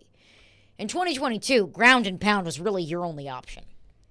Yeah, last year. In 2023, you're still going to run the ball with Derrick Henry. You're still going to feed the ball to Treylon Burks. But DeAndre Hopkins just gives you more options. To Indy Ben's point, I know he's trying to stir it up a little bit here with the doesn't scare me. The fact is, around the league, we talked about it the day after this story hit. Mm-hmm. It didn't move the needle on the odds a whole lot. Like, he's worth something, but it's not like he is viewed as a huge shifting of power or anything like that. I think what you hope is there is a residual effect of what he does individually, right? And so these prop bets are not usually a good bet anyway. If you like to say, okay, does this change the over-under? It didn't really change the over-under a whole lot. I think we said it was like 0.4 of a win, which is significant, and maybe the odds changed a few percentages of them winning the division. But around the league, I think Indy Ben is not way off base by saying this move alone doesn't have everybody around the league going, ooh, watch out for the Titans now. No. Watch out for the Titans. But internally, that doesn't mean it can't be a really important and beneficial signing. Yeah, I mean, it could help. I don't think this signing hurts the Titans whatsoever. I think it helps them. But, how much is it going to help them? That's the question. And we won't know until the season gets started. But I do agree with Indy Ben. It's like a death by 1,000 cuts. He's not going to beat you with 1-2 big plays. He's going to beat you just catching those little small passes. I'm looking at his season last year. It's when he first got 10 targets, 11 targets, 11, 6, 12, 14, 5, 13, 14. That's a lot of targets in one game. So Indy Ben is right. And then some games, 10 targets, 1 catch. 11 targets, 7 catches. That's good. 10 targets, 14 catches. 14 targets, 10 catches. So Indy Ben is right. He's more of a, like we've been talking, a volume guy. So it's death by a bunch of cuts. Mm-hmm. But Is this but offense? it's still death. Yeah, but is this It's more offense, death by 1,000 cuts than this team had last year. No, but is this offense? There was no death. There was no death. They weren't There was no hurting cuts. people. But is this offense equipped, or is this offense geared to be a death by 1,000 cuts? Right. What That's makes me- going to be the Yeah, thing. We've exactly. talked about that as one of our themes Right. of he's used to getting 10 or 11 Exactly. targets. Will that be the case in this offense or not? Like he certainly talked the talk yesterday as if I'm still a featured guy. You know, he came in he sounded like a star yesterday. And more power to him. I like that he did that. But Totally. how is it going to play out? Like, can he adapt if it turns out that he's not the star on a particular week? That they don't target him 10 or 11 times in the game plan. What gives me confidence, and maybe it won't be 10, 11, 12 targets a game, but what gives me confidence that it'll work is Tim Kelly. You know, Tim Kelly knows DeAndre Hopkins. Mike Vrabel knows DeAndre Hopkins. Tim Kelly has run an offense where DeAndre Hopkins played really well and put up a lot of numbers. And I know the D-Hop then in Houston is not the D-Hop now in Tennessee. But at least there's that underlying knowledge of, you know, I know your tendencies, I know your traits, I know what you need. We have that relationship already built up. And that's something that DeAndre Hopkins even said. That's why it was so interesting about coming to Tennessee was I already have that relationship with Tim Kelly and Mike Vrabel. But again, it could be good and it could be bad, because it could be good from the standpoint of, yeah, I know D-Hop, but I know where he was then. I can do that then. I know where he's at now. I can't do those things now because he's not the same player. The numbers say that he's not the same player that he was those years. Now, how much off is he? We don't know yet. But Tim Kelly understands that he's not the same player that he once was. We have a guy that can be our workhorse, meaning Treylon Burks. So we need to find a way to make sure, you know, I'm not solely focused on, because I know him and have experience with him, but I'm solely focused on getting him his touches 10, 11, 12 times, targets 12 times a game. I got to be a coordinator of the offense. You still got a future. Yeah, you got. I got to be the coordinator of the offense. So, D-Hop is going to get his opportunities. You know, it's just, you know, how does he get those opportunities? That's what I'm excited to see, Mm-hmm. because at least Tim Kelly has the gift of creativity where he can be. Well, a I little don't bit more know creative. if he has the gift of creativity. He's More only than done last it. year. He's only done it 1 year. He has. I think the question that we missed, and I almost missed it too. This is not about D-Hop, Treylon Burks, Chigakonkwo, Ryan Tannehill, Derrick Henry. It's not about them. It's about Tim Kelly and what we hope he can do. I'm not taking 1 year of a guy being an offensive coordinator and said, "Oh man, he's ready. Let's go." No, that was with a different team, different circumstance. Now you're on a different team, different players.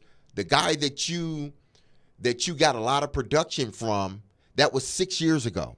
I need to know what you can do with him now. When I say the gift of creativity, I think what I more so mean is he has the gift of being able to be more creative offensively with this offensive crew than maybe last year. When Ryan Tannehill's hurt, when the offensive line is down and out. You can only do so much. You can only do so much whenever you have a receiving core of 3s and 4s. Yeah. So you got at least more options to be more creative and to switch up looks a little bit more. And also, Todd Downing just didn't choose to be very creative last year. Nah, for whatever reason. Nah, it was. We can blame Downing now because he's not here, but there's somebody above him that can veto a lot of this and could have said, "Hey, listen, I think we're doing this too much. Let's do something else." But it didn't happen. True. So. Joey from Bellevue says, Indy Ben must be a Titans fan on the down low, or Indy Sports Talk Radio is horrible. Indy Ben just loves us. That's or all. he just loves to torture himself. Indy Ben, he loves the Titans deep down. He loves to hate the Titans. Just like Jared deep down loves Jacksonville. As much as he talks about them, he deep down he's scared of Jacksonville, but he loves Jacksonville too deep down. He loves Trevor Lawrence. You think Jared the Jacksonville Bobo. Yeah. He talks about him too much. He Jaguar loves him. Jared. Yeah, Jaguar Jared. There it is. Carolina Caroline gave it Renee. Jared. Jaguar Jared. There we go. Yes. Jags. Jags. Not Jared Jr. Jaguar Jared. You know what he has to do with his hair now, right? He's got to get the ice tips on his hair now. Oh, okay. He's got that little bit of that blondish, Jaguar color. Yeah, He should grow his hair out like Trevor Lawrence. Yeah. Sunshine. Yeah. Sunshine. 615-737-1025 is our phone number. We'll get back into your Titans thoughts. But coming up next, a quick Titans breather. Because there was a big move that happened, but it could cause a seismic shift in college football. We'll get into that coming up next. Caroline, Willie, D. Mace is brought to you by Zen Sports. Start earning cash rewards on your bets today. Gambling problem? Call 1-800-889-9789. Terms and conditions apply. Must be 21 or older and in Tennessee to bet. 102.5-106.3, The Game. ElectronicExpress.com. We make it happen. Hey, Tennessee, when you bet on Zen Sports, the new sportsbook in town, you get the best reward possible. Cold, hard cash. You bet with your own money, so why accept anything less from your rewards program? With Zen Sports, you earn cash on your bets, cash on your referrals bets, and a welcome bonus in, you guessed it, cash. So stop settling for Vegas rewards when we're in Tennessee. Cash in your old sportsbook for Zen Sports. Your wallet will thank you later. Zen Sports. Betting just got better. Gambling problem? Call 1-800-889-9789. Terms and conditions apply. Must be 21 and up and in Tennessee to bet. Hey, are you seeking relief? Maybe you just want to enhance your day or night. Did you know there are legal THC products available right here in Tennessee? Yeah, really. You can have legal THC products shipped directly to the comfort of your home. Yes, comfort in cannabis is only a website away. Visit greentreescompany.com. That's Green Trees with a Z, and change your life today. Tuning into the baseball game, monitoring the incoming storm, catching your favorite talk show. These are just a few of the reasons more than 80 million Americans depend on AM radio each month. And did you know AM radio is the backbone of the emergency alert system, keeping us safe in dangerous times? It's reliable, free, and public safety depends on it. Text AM to 52886 and tell Congress we need AM radio in cars. This message furnished by the National Association of Broadcasters.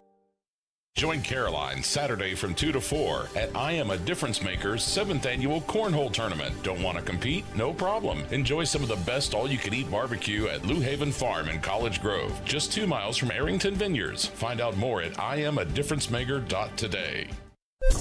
Live from the Hiller Plumbing, Heating, Cooling, and Electrical Studios. WPRT FM Pegram, WPUC HD2 Laverne. Ross Chastain will be first to finish in the Ally 500 at Nashville Super Speedway. Nashville's exclusive home for NASCAR. 102.5 and 106.3. Checkered flag is in the air. Man, this is a win in the cup race. The Game. A Cromwell media station. Covering your teams and the news of the day. Ladies and gentlemen, this is Caroline, Willie, and D. Mace. It was pleasant to listen to. With Caroline Fenton, Willie Donick, and former NFL wide receiver Derek Mason. You are hands down my favorite radio personalities of all time. On 102.5 and 106.3, The Game, and the Game Nashville app. With no further ado, Caroline, Willie, D. Mace, 102.5, 106.3, The Game, and the Game Nashville app. We are live from the Hiller Plumbing, Heating, Cooling, and Electrical Game Studios, and we are streaming live on Twitch, Twitter, YouTube, and Facebook Live every single day. Our video streaming is brought to you by Superbook. Download their app today and use promo code THEGAME. Little college football news coming out yesterday. It was announced that Colorado will be leaving the Pac-12 and headed to the Big 12. And I know that the population of Colorado football fans in Nashville is probably a whopping 4 people, give or take, over, under 4. But I do think this has a general undertones of college football conference realignment. Because I think what we saw when Texas and Oklahoma, it was rumored that they were going to join the SEC. We learned, okay, it wasn't just a rumor, it was something that had been in the works. Texas and Oklahoma announced they were joining the SEC. Then all of a sudden, USC and UCLA announced that they're joining the Big Ten. Then all of a sudden, Cincinnati, BYU, UCF, Houston, they announced that they're moving to the Big 12. It's just one move. It was a domino effect. And then every other conference and several other teams in all of college football were directly affected. So since USC and UCLA decided to leave the Pac-12, the question was, okay, who's going to be next? What's going to be the next domino to fall? Which next big-time college football powerhouse is going to abandon maybe the ACC or the Pac-12 to join a more stable conference? Now, Colorado is no big-time football powerhouse, but they're going home, going back to the Big 12. I think it makes sense. They were just there. They were just there. What, was your time in the Pac-12 not good enough? At least there's a geographical sensibility to this. I think it makes more sense for them to be in the Big 12. Big 12. I think it's a bigger I guess it's a gain for the Big 12, but it's a bigger loss for the Pac-12, don't you think? I would agree. Even though they're not, the USC, UCLA, Washington, Oregon of the Pac-12, I think it's maybe putting a little bit of sense of uncertainty into those big-time powerhouses in the Pac-12. So when I saw this, my initial thought was, whoa, okay, great for Colorado, but what does this mean for the Pac-12? Like, is this the beginning of the end of the Pac-12? Well, it could be, because it seems like the Big 12 want Arizona State, or Utah as well. So, and they want that to happen very quickly. So it's just, you're basically, the Pac-12 is going to become, the Pac-8 or whatever. Which it used to be. Yeah, which way, it used way to be, back. exactly. Yeah. We're just correcting ourselves. Yeah, we're recorrecting everything. But I just think it gets it closer to what college football is going to ultimately be. It's just going to be 2 or 3 conferences, major conferences, and that's it. Unfortunately, for the Pac-12, especially if these other 3 schools or one of these other 3 schools ends up leaving as well, then who are you going to go get? I mean, what other teams can you bring into your conference that is going to lift your conference back up? Like San Diego State was thrown around in there, potentially join the Pac-12, but that bringing in doesn't do San Diego anything State for doesn't them. replace Yeah. what you lose in USC and UCLA, and then Exactly. now Colorado. And then potentially another school. Right now, I just think the Pac-12 they're on an island almost by themselves. And it seems like that's what it's going to be. And now, I think the ACC might end up being in that boat sooner or later as well. They got to try to hold on to their teams within their conference, the Florida States, Clemson's, and teams of that nature. So, it seems like it's coming down to 3 conferences: the Big 10, SEC, and the Big 12. Funny how the Big 12 is invited onto the table. And I don't know, remember the Big 12 is losing. Yeah, they're Texas losing and Oklahoma. teams. 2 of the biggest powerhouses. I think there was a lot of worry that they would not be in the same league as the 2 big ones, and it still remains to be seen whether the other 3, as we know as the Power 5, will still exist in their current form in 5 or 10 years. There's a lot of speculation that it's not that they just won't year after year be able to hang with the Big 10 and the SEC. The ACC, we had that uproar during the offseason about, hey, look, you got to let the strong horses get a little bit bigger piece of the pie, or else we got to look to get out of here. They're hanging on to that legal agreement that they made, but you can see the awareness of, if every year we're making $30 million less than our competitors that we have to beat for a national championship, we're only going to fall further and further behind. And that's the case of all 3 of those leagues compared to the Big 10 and the SEC. So how do they strengthen themselves? That's what's going on in the undercurrent of this. If I'm trying to look at it from the point of view of the big dogs. Mm-hmm. Oregon, Washington, I'll throw Utah in there, maybe Arizona State, but really more so Oregon and Washington. Yeah. I'm looking at, from their perspective, I think it could be one of 2 different ways. One way, they could look at it and say, with no USC and UCLA, and Colorado, we're not a good team. Yeah, exactly. We can run the conference. And the Pac-12 can negotiate another big-time TV deal that we now have to divide up between 3 fewer schools than we previously did. And we can run the conference, and we'll get a really good shot at making college football playoff every single year. And that's something that those individual schools can negotiate with the Pac-12 and with the media rights of, look, we could easily get one, maybe even 2 teams in a 12-team playoff moving forward. And that's a big-time payout for those programs. So Oregon and Washington can look at it and say, fine, if you want to leave, leave. And we'll sit back and enjoy the fruits of a smaller conference. But on the other side, I could also see the Oregons and the Washingtons start to panic of we're becoming more and more irrelevant of a conference as time goes on. Well, as long as the avenue to get to the college football playoffs stays wide, meaning, get to that 12 team. As long as it stays there, then they will always have an opportunity to make the college football playoffs. That's why I can't, unless the money is so great in those other conferences, then we're going to leave. But why Colorado leaves, you got USC, UCLA leaves. Obviously, now the Big 12 trying to figure, they want Arizona State, or Utah, one of those teams. Say if they get one of those teams. If I'm Oregon, what are my incentives to leave other than, the payout I would get yearly? Because if I stay in this conference and dominate this conference, I'm going to every year. Yeah, I'm going to playoffs every year. Only thing I need to do is schedule some 1 or 2 hard games outside the conference. We say we schedule 2. We win 1 of the 2 against top 20 caliber teams or top 15 caliber teams. We put ourselves in a position every year. It's like a default. We're going to make it as long as we keep our program the way it is. That's the question, because it's one thing to say we can compete every year because if we win our league, we have an automatic bid into the playoffs. But where it gets complicated is if the rich get richer, for lack of a better term, what will it be like for the second-place team in the new Big 12 or the new Pac-12? Will they have enough oomph with the strength of schedule?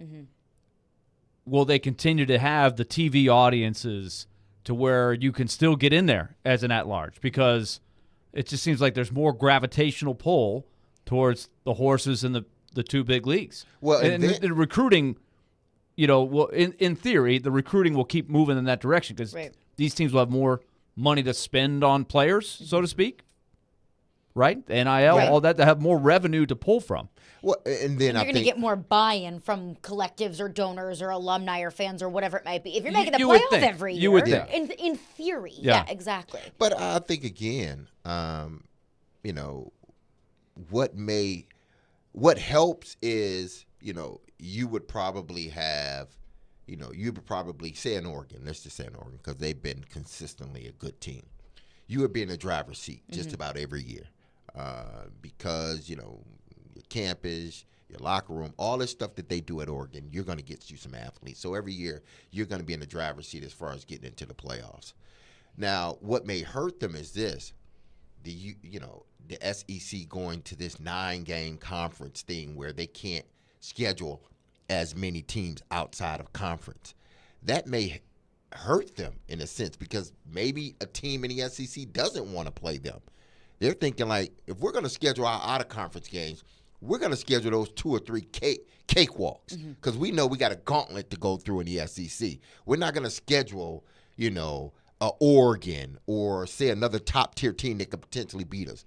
We're not going to schedule them because we only have so many we can schedule. Right. Like, it's almost like we want to schedule games we know we can win because our conference is so tough that if we win all of our games in conference, then we should make the playoffs. But I'm not going to schedule an Oregon, every year and them beat us. And I still got to go through a gauntlet in my SEC? No, I'm not doing that. One texter texts into the text line from LandryMibbles.com says she keeps talking about Oregon and Washington being the big dogs of the Pac-12. They haven't won it. At the last 2 years, it's been Utah. She has no idea what she's talking about. This comes from a Utah area code, so I think I have upset the Ute fans. Yes, the Utes. When I talk about the big dogs, Washington gets 3 times the number of household shares in terms of TVs and actual households that are watching Pac-12 games. Washington has 3 times as many as Utah. Oregon has 2.5 times as many as Utah. I mean, Missouri's been to the SEC championship twice more than Texas A&M has since they've joined the SEC. But I would say that households and TVs and the TV market for Texas A&M is more valuable than it is in Missouri. So we're talking about 2 different things. I understand that Utah's won back-to-back Pac-12 championships, but when you're talking about TV deals and your value in a conference, it has everything to do with households and TVs and cable and money, and a lot less to do with on-the-field contribution. So to that, I say I do know what I'm talking about. 615-737-1025 is our phone number. Okay, Pac-12, it's in limbo. Colorado's leaving, going back to the Big 12. USC and UCLA, as we know, are headed to the Big 10. What does that mean for the SEC? We'll get into that coming up next. Caroline, Willie, D. Mace, 102.5, 106.3, The Game. Every day we are live and local. I think Vanderbilt is steady, disciplined. It's been so long since Tennessee's gotten out of the first weekend. And your source for Nashville sports. I don't mind going to another team. You want to know what the coaching staff's going to look like? We are Nashville's best sports talk. 102.5 and 106.3, The Game, and the Game Nashville app. When the game goes into overtime. But the game goes into overtime. The choice to enjoy is easy. Bud Light, easy to drink, easy to enjoy. Pick up Bud Light at your local convenience store today. Enjoy responsibly. Anheuser-Busch Bud Light Beer, St. Louis, Missouri. Willie Donick here for Pella Windows and Doors of Nashville. The official brand perception report for doors and windows is in. Pella Windows and Doors are the leading brand among all others. A few reasons why. Pella is regarded as the highest quality, the most innovative, and the installers with Pella of Nashville lead the way for attention to detail. That's why Pella Windows and Doors of Nashville is one of Pella's top locations in the country. For new doors or windows, I suggest you choose the experts at Pella Windows and Doors of Nashville. Go to PellaNashville.com. Houston Clinic Orthopedics at TriStar Summit offers world-class orthopedic care. The doctors at their Hermitage location specialize in general orthopedics, sports medicine, and hip and knee pain and injuries. Get back to enjoying life sooner. Schedule your appointment online at tn.houston.com. Conveniently located in the TriStar Summit Medical Center in Hermitage, right off I-40. When experience matters, trust Houston Clinic Orthopedics. Are you drowning in credit card debt? Want to get cash out of your home's equity? Loan Pronto can do it now in less than a week. Hey, Willie Donick here. That's right. Loan Pronto's Equity Express line of credit just got even faster. You can get $50,000, $100,000, even $200,000 in as little as 5 days. You don't even have to touch your primary mortgage. You can keep that 3% rate intact. Get just the money you need and pay off all those credit cards or get that home improvement project started. With this revolutionary program, you can access up to 90% of your home's value, and in most cases, there's no appraisal. Stop paying insane interest rates to the credit card companies and get tens or even hundreds of thousands of dollars in cash in as little as 5 days. Call Loan Pronto now for the even faster Equity Express line. 615-499-5780. That's 615-499-5780 or go to loanpronto.com. 615-499-5780. Equal Housing Lender, NMLS 166-1781, subject to lender approval.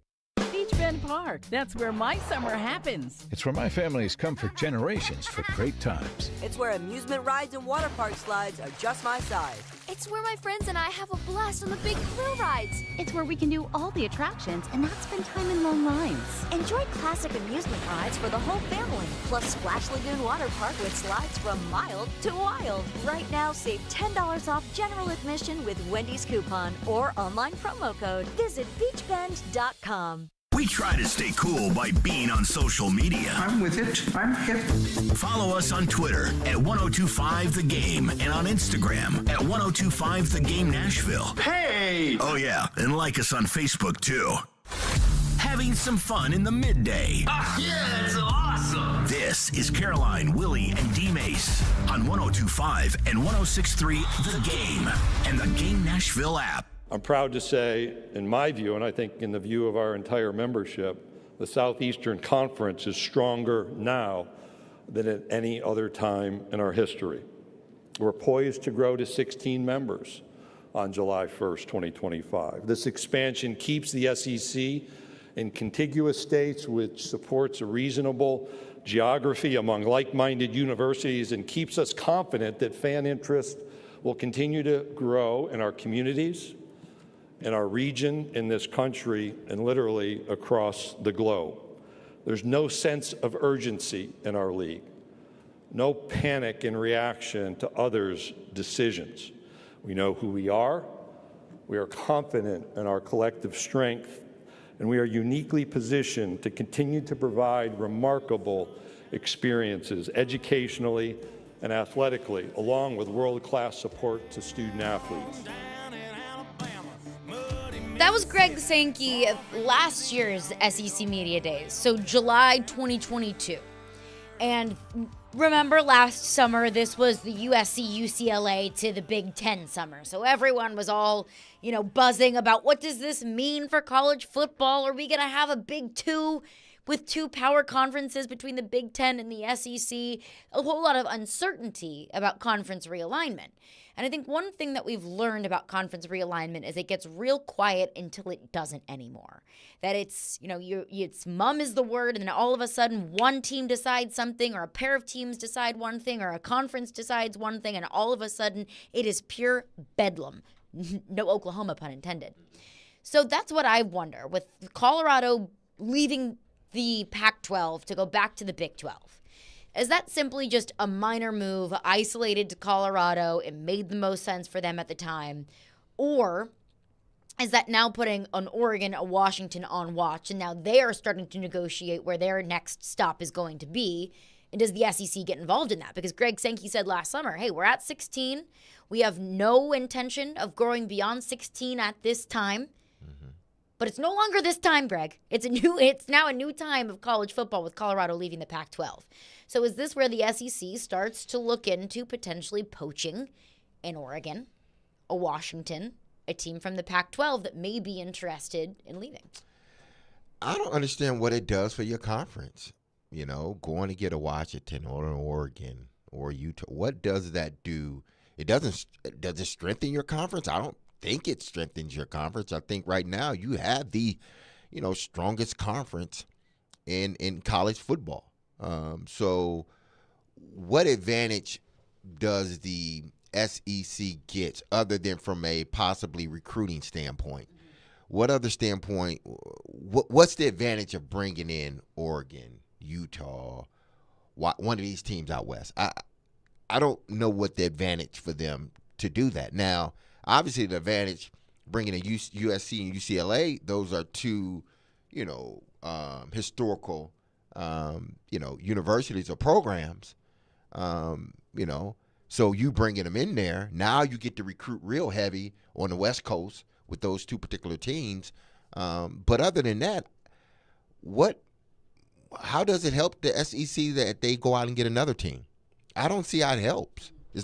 You're not bringing in a powerhouse. The powerhouse is left from a historical standpoint, I think.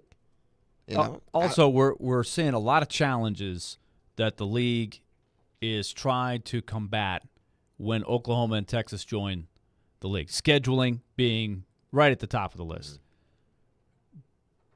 To get past 16, I mean, it's hard enough with 16, but aren't we getting into a practical area where you've hit a limit? Like I thought 12 should have been the limit. Mm-hmm. I thought, well, they're not going to go past 12, and then they went to 14, and then 16. So they keep pushing the envelope. But 16 with 8 aside, that seems at least like you could still try to deal with it. I don't like it. I think 16 is too big. But could you possibly go higher than 16? Is it really a conference at that point? It's like more than like a league. It's a league. It's no longer conferences. But then again, and we've expressed, this in regards to, this conference realignment. What about the other sports? You know, they Yeah, travel more than football. Yeah, it's basketball. hard to ship the cross-country Exactly. team from Rutgers to L.A. Exactly. on a bus. And I'm with you, and I hear you, because I think that's kind of an unintended consequence of conference realignment is, well, what do the non-revenue sports do whenever they're going across the country once a week? Now you're going to have to But give them nobody more cares money. about that, because football's the king. Football brings in the hundreds of millions of dollars. So you take the check from football, and then you'll just say, okay, we'll figure everything else out later. I don't like it, but I think that's kind of the way that they view it. Yeah. But then, I mean, if you're willing, listen, you can make anything work if you're willing to put the money toward it, okay? They can make, the other sports work if they're willing to put the money, as far as their travel. Them traveling like the football team travels on a plane by themselves, them having nice hotels to stay in, meals and everything else. That can be done if they want to. But are they going to want to when it comes to the other sports outside of football? Because some of these colleges, their basketball program may be better, or their baseball program, honestly, may be better than their football programs. Yeah. Right, and the money drives everything, and it's not even close. Like the best, that's ask any of the old Big East coaches or the old ACC coaches. Right. The basketball coaches are bitter. That some of the 'Cause greatest they grew times, that conference. the ACC and the Big East in the 80s, the 90s, it was such a great thing. And now it's totally different than it was. There's way more teams. The original Big East is not what it was. It's different now. It's like there's bitterness among some of the old guard coaching that remembers like a golden age. But football has just driven everything for the last 20, 30 years now. And it's not going to change. So there is, Rick Neuheisel brought this up. Right. Should you have a football model and then all other sports model? Conferences for football, and then the rest of the leagues make more geographic sense. I'd be willing to look into that. And I think that would make the most sense. But then how would you do TV? Right. Yeah. That's the tough thing. And how would you do scheduling? And I think for me, it doesn't make any sense right now for the SEC to expand, because I do think genuinely the SEC wants to maintain at least some sort of geographical relevancy. Like, I know that Oklahoma and Missouri being in the SEC doesn't make a ton of sense, but it makes a whole lot more sense than a school in LA being in the Big Ten.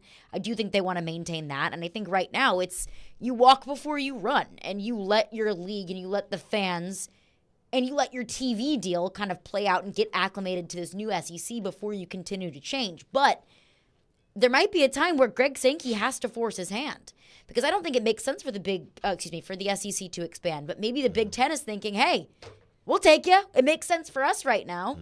So to be competitive, what does the SEC do to combat that? Are they going to be the first ones to strike, or can the SEC sit back and say, look, our league with 16 teams already is more dominant and better than any other league in the country. So you go ahead, you poach more teams, we'll sit back and we'll enjoy our TV share as we have it. It's an interesting little war. I hopefully that is the sort of the approach or the sentiment of the SEC, because outside of possibly Clemson, Florida State, University of Miami, can y'all think of another team that could potentially come in and be worth even joining the SEC? I think the SEC has the dominant teams. They went out and got Oklahoma and Texas. What more do only thing they could have done that would have made it better is get those two and USC and UCLA. But they didn't. I think right now, as much as I love the Big Ten, I think top to bottom, the SEC is the best conference from top to bottom. I don't even think that you can even really argue with that. Yeah. Yeah. But the Big Ten is bringing in the most money per team. Exactly. Because of the TV deals that they're striking. And that's even without Notre Dame, which a lot of people are wondering over the next few years, what will Notre Dame do? Will they re-up with NBC? Will NBC? Now, that could be the caveat right there. Because remember, NBC is a television partner now with the Big Ten. So there might be some talks of like what's better. Notre Dame will be driving it a lot, right? It's like what's better for Notre Dame, to stay independent or to go Big Ten? Well, I think there's a scenario where they just stay with NBC. NBC kicks up, their money to Notre Dame, and Notre Dame is still a powerhouse. The only way I can see the SEC changing is if Notre Dame and, say, a Clemson or Florida State goes to the Big Ten. And then I think they would be forced to bring in 2 more teams. But outside of those 2 teams, or, say, a Notre Dame and a Clemson, Notre Dame, FSU, Notre Dame, U of M. Right. Outside of that, why would the SEC even add more teams? Money. That's why they did it in the first place, and that's why I didn't think they needed. I didn't think they needed Oklahoma and Texas. But I didn't either. Yeah. But the money is they cashed going in to, on it. Yeah, but the money is going to be there, because if you bring 2 more teams now, that means it doesn't mean you're getting more money. You got to divide more money. The old saying, "How much is enough?" Yeah. How much is enough? Right? They're making a lot of money. Why do they need more money? But some you people tell are like, that to the rich guys that are they're cashing in on some of these. But games. wouldn't they have to rework their television deal if indeed that happens? And also, if this is the thing I've always had a problem with. Okay, yeah, you're making more money, but if it ruins the rest of college football, and now you don't like, isn't there a certain strength of having the entire country and having 5 really good leagues? You hope to keep your edge over those other leagues, but the Big Ten and the SEC are kind of killing these other leagues. It's become the big and I think Power they 2 like it like and that. the other. Yeah, but it's not good for college football. Isn't that how the world operates as well? It may not be good for the world, but it's good for those that's what few. I'm saying. They got it all. It's good for the money. Well, the NFL is that they go for parity, right? Parity is what drives the league, and it keeps everybody competitive. Every team feels like they have a chance to compete. That's not how college football is built, right? And so, which way are we going? Like, I like when there's 5 great power conferences. I like that. I'm with you. I like those the days are numbered. traditionalism of college football, and I think those days now are behind us. And it makes me sad as a college football fan that it does have a very different look and feel to it. And it's almost like college football wants to cash in on the money that the NFL gets, but doesn't have the same governing body and principles and boundaries that the NFL has. Nor do I think they want it. 615-737-1025 is our phone number. We'll get into your thoughts on this. But coming up next, some of the biggest questions for teams across the league. We will get into those coming up next. Hey, tune into Chase McCabe's show and our show, Caroline, Willie, and D-Mays, tomorrow as we broadcast live from Titans training camp. We'll get player interviews and deliver the latest updates with Titans practice as the team preps for the 2023 season. Coverage of Titans training camp is presented by the Simmons Bank Open, Parman Energy, and Caudle Vet Clinic. Whoa. Caroline, Willie, D-Mays. I had one of those last week, so don't feel bad. Or earlier this week. Whoa, yeah, old habits die hard. 102.5, 106.3, The Game. The Vanderbilt Commodores are ready for year 3 under head coach Clark Lee. As we stand now in front of a clean sheet. Our goal is postseason play. And we are your home for all of the action. Touchdown, Vandy. The doors on the board. Vandy, 24-21, your final. Vanderbilt football lives on 102.5 and 106.3, The Game, and the Game Nashville app. If you're hiring, it can feel like you're trying to find a needle in a haystack. You can hope the right person comes along, or you can just use ZipRecruiter. And now you can try it for free at ZipRecruiter.com/radio. In fact, ZipRecruiter has helped a lot of business owners find their needle in a haystack, like Marco, president of operations at Telly Tires and Auto Centers. Because Telly Tires has grown a lot in the last few years, Marco needed to hire everyone from a receptionist to a store manager to a head mechanic. ZipRecruiter helps me find all the right people, even the most difficult jobs to fill. ZipRecruiter helps me keep my business running. Take it from Marco and millions of other businesses who've used ZipRecruiter. ZipRecruiter can help you find the needle in the haystack. See why 4 out of 5 employers who post a job on ZipRecruiter get a quality candidate within the first day. And right now, you can try ZipRecruiter for free. That's right, free at ZipRecruiter.com/radio. That's ZipRecruiter.com/RADIO. ZipRecruiter.com/radio. ZipRecruiter, the smartest way to hire. Nashville is growing, but we remember our roots here. The fairgrounds, my family and I have so many memories there. It is full of history, it is full of culture, and it is full of Nashville. There are some folks who want to tear down our historic fairground speedway. When you do that, you lose part of your story. Don't tear it down, make it better. I'm not necessarily a racing fan, but it's a part of the fabric of the neighborhood. When you lose something, guess what? It doesn't come back. Don't take away my history. Let's make sure we don't lose another piece of what makes our city so special. Hey y'all, it's Courtney with Parman Tractor and Equipment. Warmer months have you working overtime? Be sure to visit Parman Tractor and Equipment for all your New Holland tractor and bush hog needs. Swing by our store at 3570 Dickerson Pike in North Nashville or give our sales team a call. We're now offering 0% financing for 72 months on select New Holland tractors. Get the brands you trust from a local dealer like Parman. Always ensuring totally outrageous customer service. Visit ParmanTractor.com for the best deals on equipment. New Holland tractor, bush hog, and more. AM radio provides always-on news, sports, talk, traffic, and weather reports. And it's also a vital service that provides important emergency information when your community needs it most. Tell Congress you need AM radio to stay in your car. Because when cell phones and the internet are down, this free emergency service is critical. And when you don't have electricity, radio in the car is often your only lifeline. Text AM to 52886 and tell Congress we need AM radio in cars. This message furnished by the National Association of Broadcasters. The Nashville Sheriff wants to pay you $55,700 a year. Now hiring correctional officers. Positions are available immediately. You must be 21 and over with a high school diploma or a GED. Come, join our family and earn $55,700 after paid training and probation. Apply now at sheriff.nashville.gov/apply or call 615-862-8170. Stop searching. Apply now. The Nashville Sheriff. 94.9 The Fan is your home for Hit City. Tonight, your Nashville Sounds continue their 6-game series at Norfolk. Swing and a miss. Strike three. Sounds win. Pre-game at 5:20. On your home of Nashville Sounds baseball. 94.9 The Fan and The Fan app. Hey Nashville, Trey Wingo here. You're listening to Nashville's best sports talk, ESPN 102.5 The Game. Caroline, Willie, D-Mace, 102.5, 106.3, The Game, and The Game Nashville app. This week's Nashville's best deal is Joyland in East Nashville. Joyland burgers will melt in your mouth. The fries are crispy goodness, and the milkshakes are sure to satisfy any sweet tooth. So get half off a $30 gift card at thegamenashville.com/deals while supplies last. So I heard this is something we started when I was gone, and I like it. Some of the biggest questions surrounding teams in the NFL. AFC, NFC. Which would we like to start with this week? AFC or NFC teams? Let's start with the AFC. All right, with the AFC. So we've decided, biggest question for the Chargers today?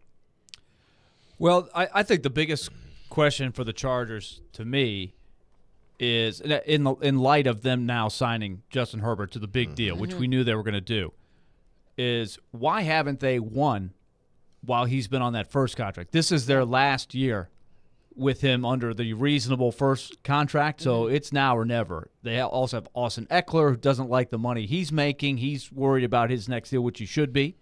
So I see a lot of trend at that position. Strong pieces that have not fit together very well. And then they have the scars from last year not winning the playoff game where they had full control of the game. So there's a lot of the Chargers are such a fascinating team from a lot of angles. It's in the AFC where the Titans are trying to stay relevant and get in there. You hope that teams like the Chargers screw it up. You know, you need a few teams to have the wheels come off. They've obliged the last couple of years. Now they barely got in there. They got into the playoffs last year, which was a step forward, and they brought their coaching staff back, etc. But man, I look at individual players on that team and I'm like, wow, that team should win. But they haven't. And then there's the fantasy angle too. Like who do you want? Like you've got some really exciting guys. Like if you look at your fantasy league every week, either on your team or the guys, the people you're playing, it's littered with Chargers. They're everywhere, right? Yeah. Because they got a lot of guys, but it just has not all worked out for them. Is this the year? It's hard to bet on them based on the history. Yeah, the Chargers' history, I don't care if they're San Diego or L.A. It's just not good, okay? This is a team that at one point was, arguably one of the best teams in the National Football League. And for whatever reason, with Phillip Rivers and LT and Juniors, they just couldn't win. They couldn't get over that hump. And then, you fast forward many years later, they're still in that position where they have a franchise quarterback. They have a running back that is damn good in Austin Eckler, a versatile running back. They have receivers in Johnson Williams and Keenan Allen. Keenan Allen and Mike Williams. So and then Quentin Johnson as well. And Josh Palmer's not bad. Yeah, and Palmer's not bad at all. They have the tight ends. Everett, he balled out last year. That guy, he's a good player. But just look at this. Think about this on defense. When you have Asante Samuel Jr., you have Darwin James, J.C. Jackson, Khalil Mack. I know he's not the Khalil Mack he used to be, but he's still a good player. Joey Bosa. Austin, this defense is a top-notch defense. And the guys you have on offense, and you got a franchise quarterback, a top 10 quarterback, and you still have trouble winning ball games. The Chargers have to. How do they stay healthy, for one? Because it seems like they always get injured either early on in the season, they got to fight their way up, or they get hurt later in the season and they're trying to figure things out. This team has been snake bitten more than I think just about any other team, considering the talent that they've had on their teams dating back to San Diego. So what's your biggest question for the Chargers going into this season? Can Brandon Staley, with this conference adding Sean Payton as head coach with the Denver Broncos, can this team elevate themselves? Because now Denver becomes a player because of Sean Payton. Yep. How much of a player? I don't know. But you think they're going to be much better than they were last year. They got to be. And you've got an obvious barrier in the division with the Kansas City Chiefs. Exactly. So how do you, even though you play Kansas City tough, how do you get over that hurdle and potentially another hurdle in the Denver Broncos? Can you stay healthy enough, and can you do a good enough job, Brandon Staley, of out-coaching the rest of these coaches, Sean Payton and Andy Reid? Can you out-coach those guys? I'm not even talking about the L.A. Raiders. They got stuff to figure out themselves. But can you put together each and every week a good enough package, a game plan to win games? You got the talent. That's my biggest question is really, and it's not even what can Brandon Staley do this season. It's when are the Chargers going to move on from Brandon Staley? Because they've got the talent. I mean, Justin Herbert is a heck of a young quarterback. They have found their quarterback of the future now that they've signed Justin Herbert to this massive deal. They've got talent around him offensively. They've got the horses defensively. They can be a competitive team in the AFC. I just feel like the past couple of years since Justin Herbert was drafted by the Chargers, it was Brandon Staley that has held this team back. He always wants to go for it on fourth down. He doesn't like to kick a field goal. He's one of those very analytically driven coaches, and I think that analytics have a place in football, but sometimes, and I'll always say this about analytics, don't let analytics blind you from what your brain and what your eyes can show you. I think sometimes Brandon Staley lets the analytics blind him from doing what seems like the obvious move. So I think I don't think that Justin Herbert or this Chargers team can realize its full potential as long as Brandon Staley is the head coach. So to me, it's how far can this team get you in spite of Brandon Staley, and when can you find a good, like, Sean Payton type of quarterback guru coach to pair with Justin Herbert to take them to the next level? I don't believe in Brandon Staley. I'll give you what the Athletic put. Yeah. This is Daniel Popper, their beat writer. Will Kellen Moore succeed in elevating Justin Herbert in the offense? So that's an interesting ingredient that they have added. Right, Kellen Moore comes over from the Cowboys, and now will be running the I almost said San Diego, the LA offense. And I do think it goes along the lines of what we're saying. The sum of the parts hasn't been there. The individual talent is there. Now, they need Keenan Allen to stay on the field. Yeah. Mike Williams. It seems like those two guys are always battling something. They they've had a lot of injuries. And I think a Chargers fan who's trying to defend them and even defend Staley will say, look, they've had a little bit of like the Titans. They've had a lot of bad luck with critical players. Remember, Bosa has missed a lot of time.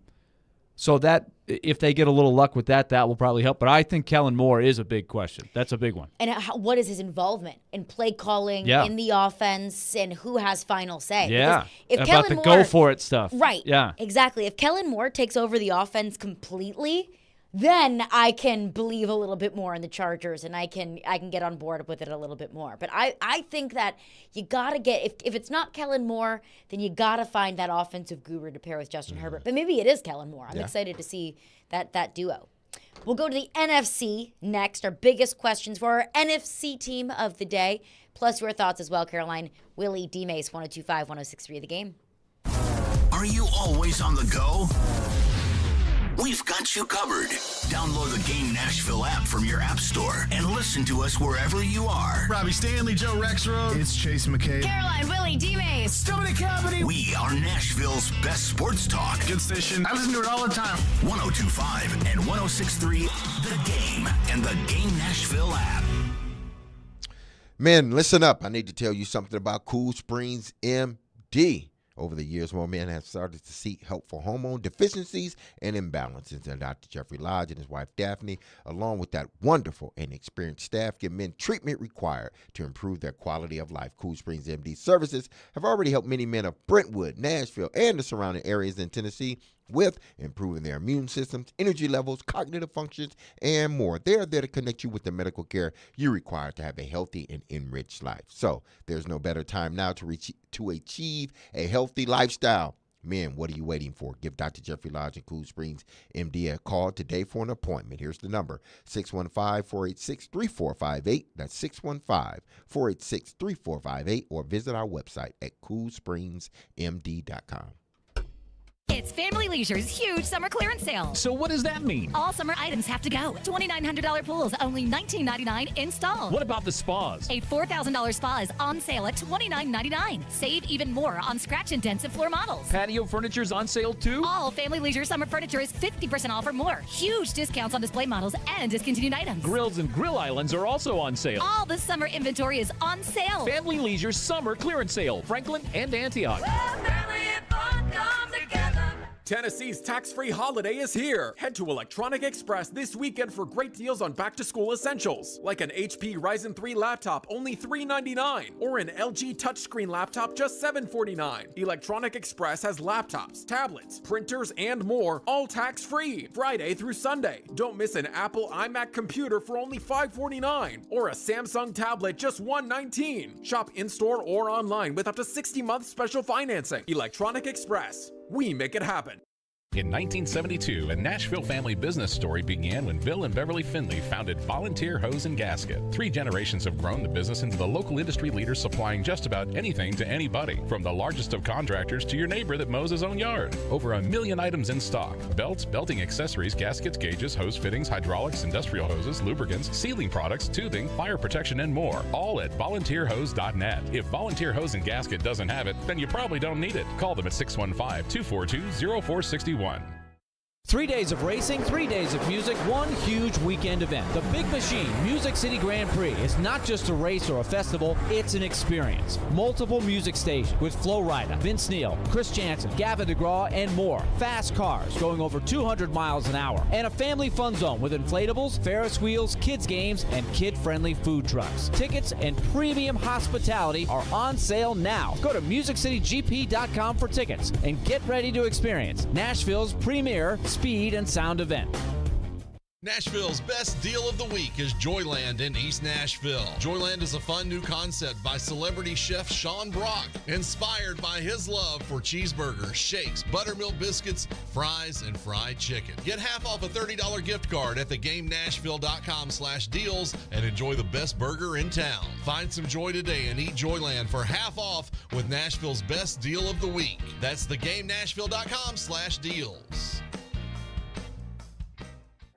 Hey, Ray Jeter here with Harness. Are you looking to take ownership in a position that will support your growth and development? We are an excavation and site utilities contractor. Several things set us apart from our competition, but we take the most pride in the professional development of our people. We have multiple openings for operators, pipe layers, and laborers. Our pay and benefits are second to none, including our 401k program. Apply today at selectharness.com. Harness LLC. Build people, move dirt.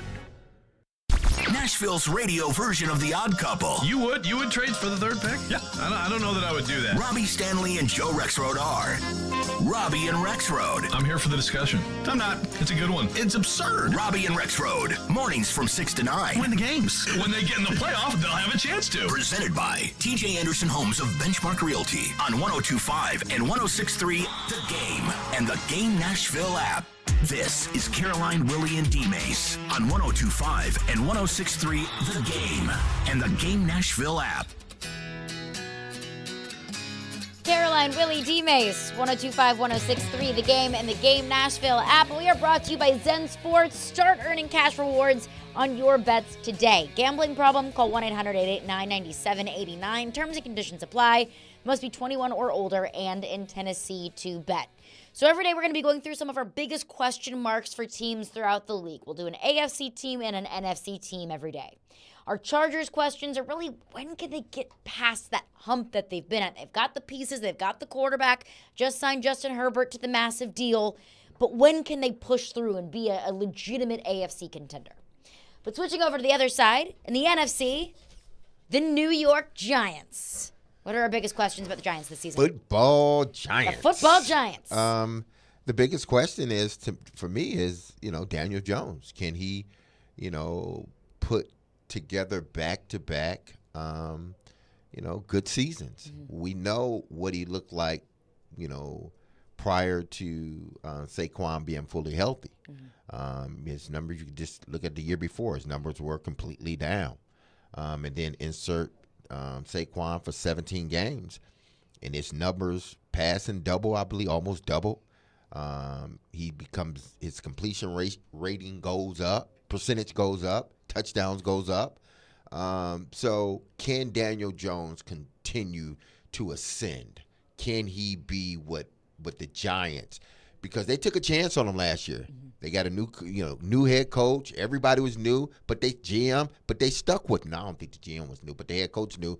They stuck with him, and they gave him another year to prove himself. And what happened? He proved himself. Why? Because Saquon Barkley was on the field.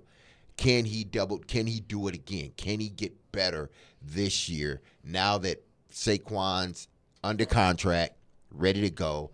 Everything will be predicated on how well Daniel Jones plays this season. Saquon, if he stays healthy, he's going to be fine.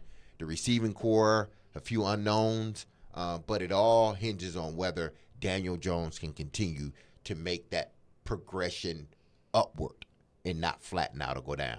And the Saquon thing is such a big thing because I still have scars from having him be my first-round draft pick the year that he went down very early in the season.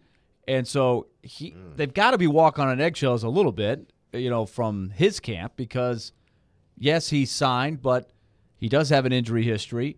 Mm-hmm. And there are a lot of people that are curious, right, how this is going to go because it's not a great situation to be in. It's just the reality, I guess. But let's take that as a given, that Saquon. I do wonder if he's going to be high first-round pick in fantasy, back up to that level because last year he was probably a steal, right? He probably wasn't one of the top running backs picked. I don't think I would have touched Saquon with a 10-foot pole in the fantasy draft. But he had that kind of, workhorse, touches that you love on your fantasy team. Because even if he doesn't score 3 touchdowns, he's going to get you points with catches and yards, etc.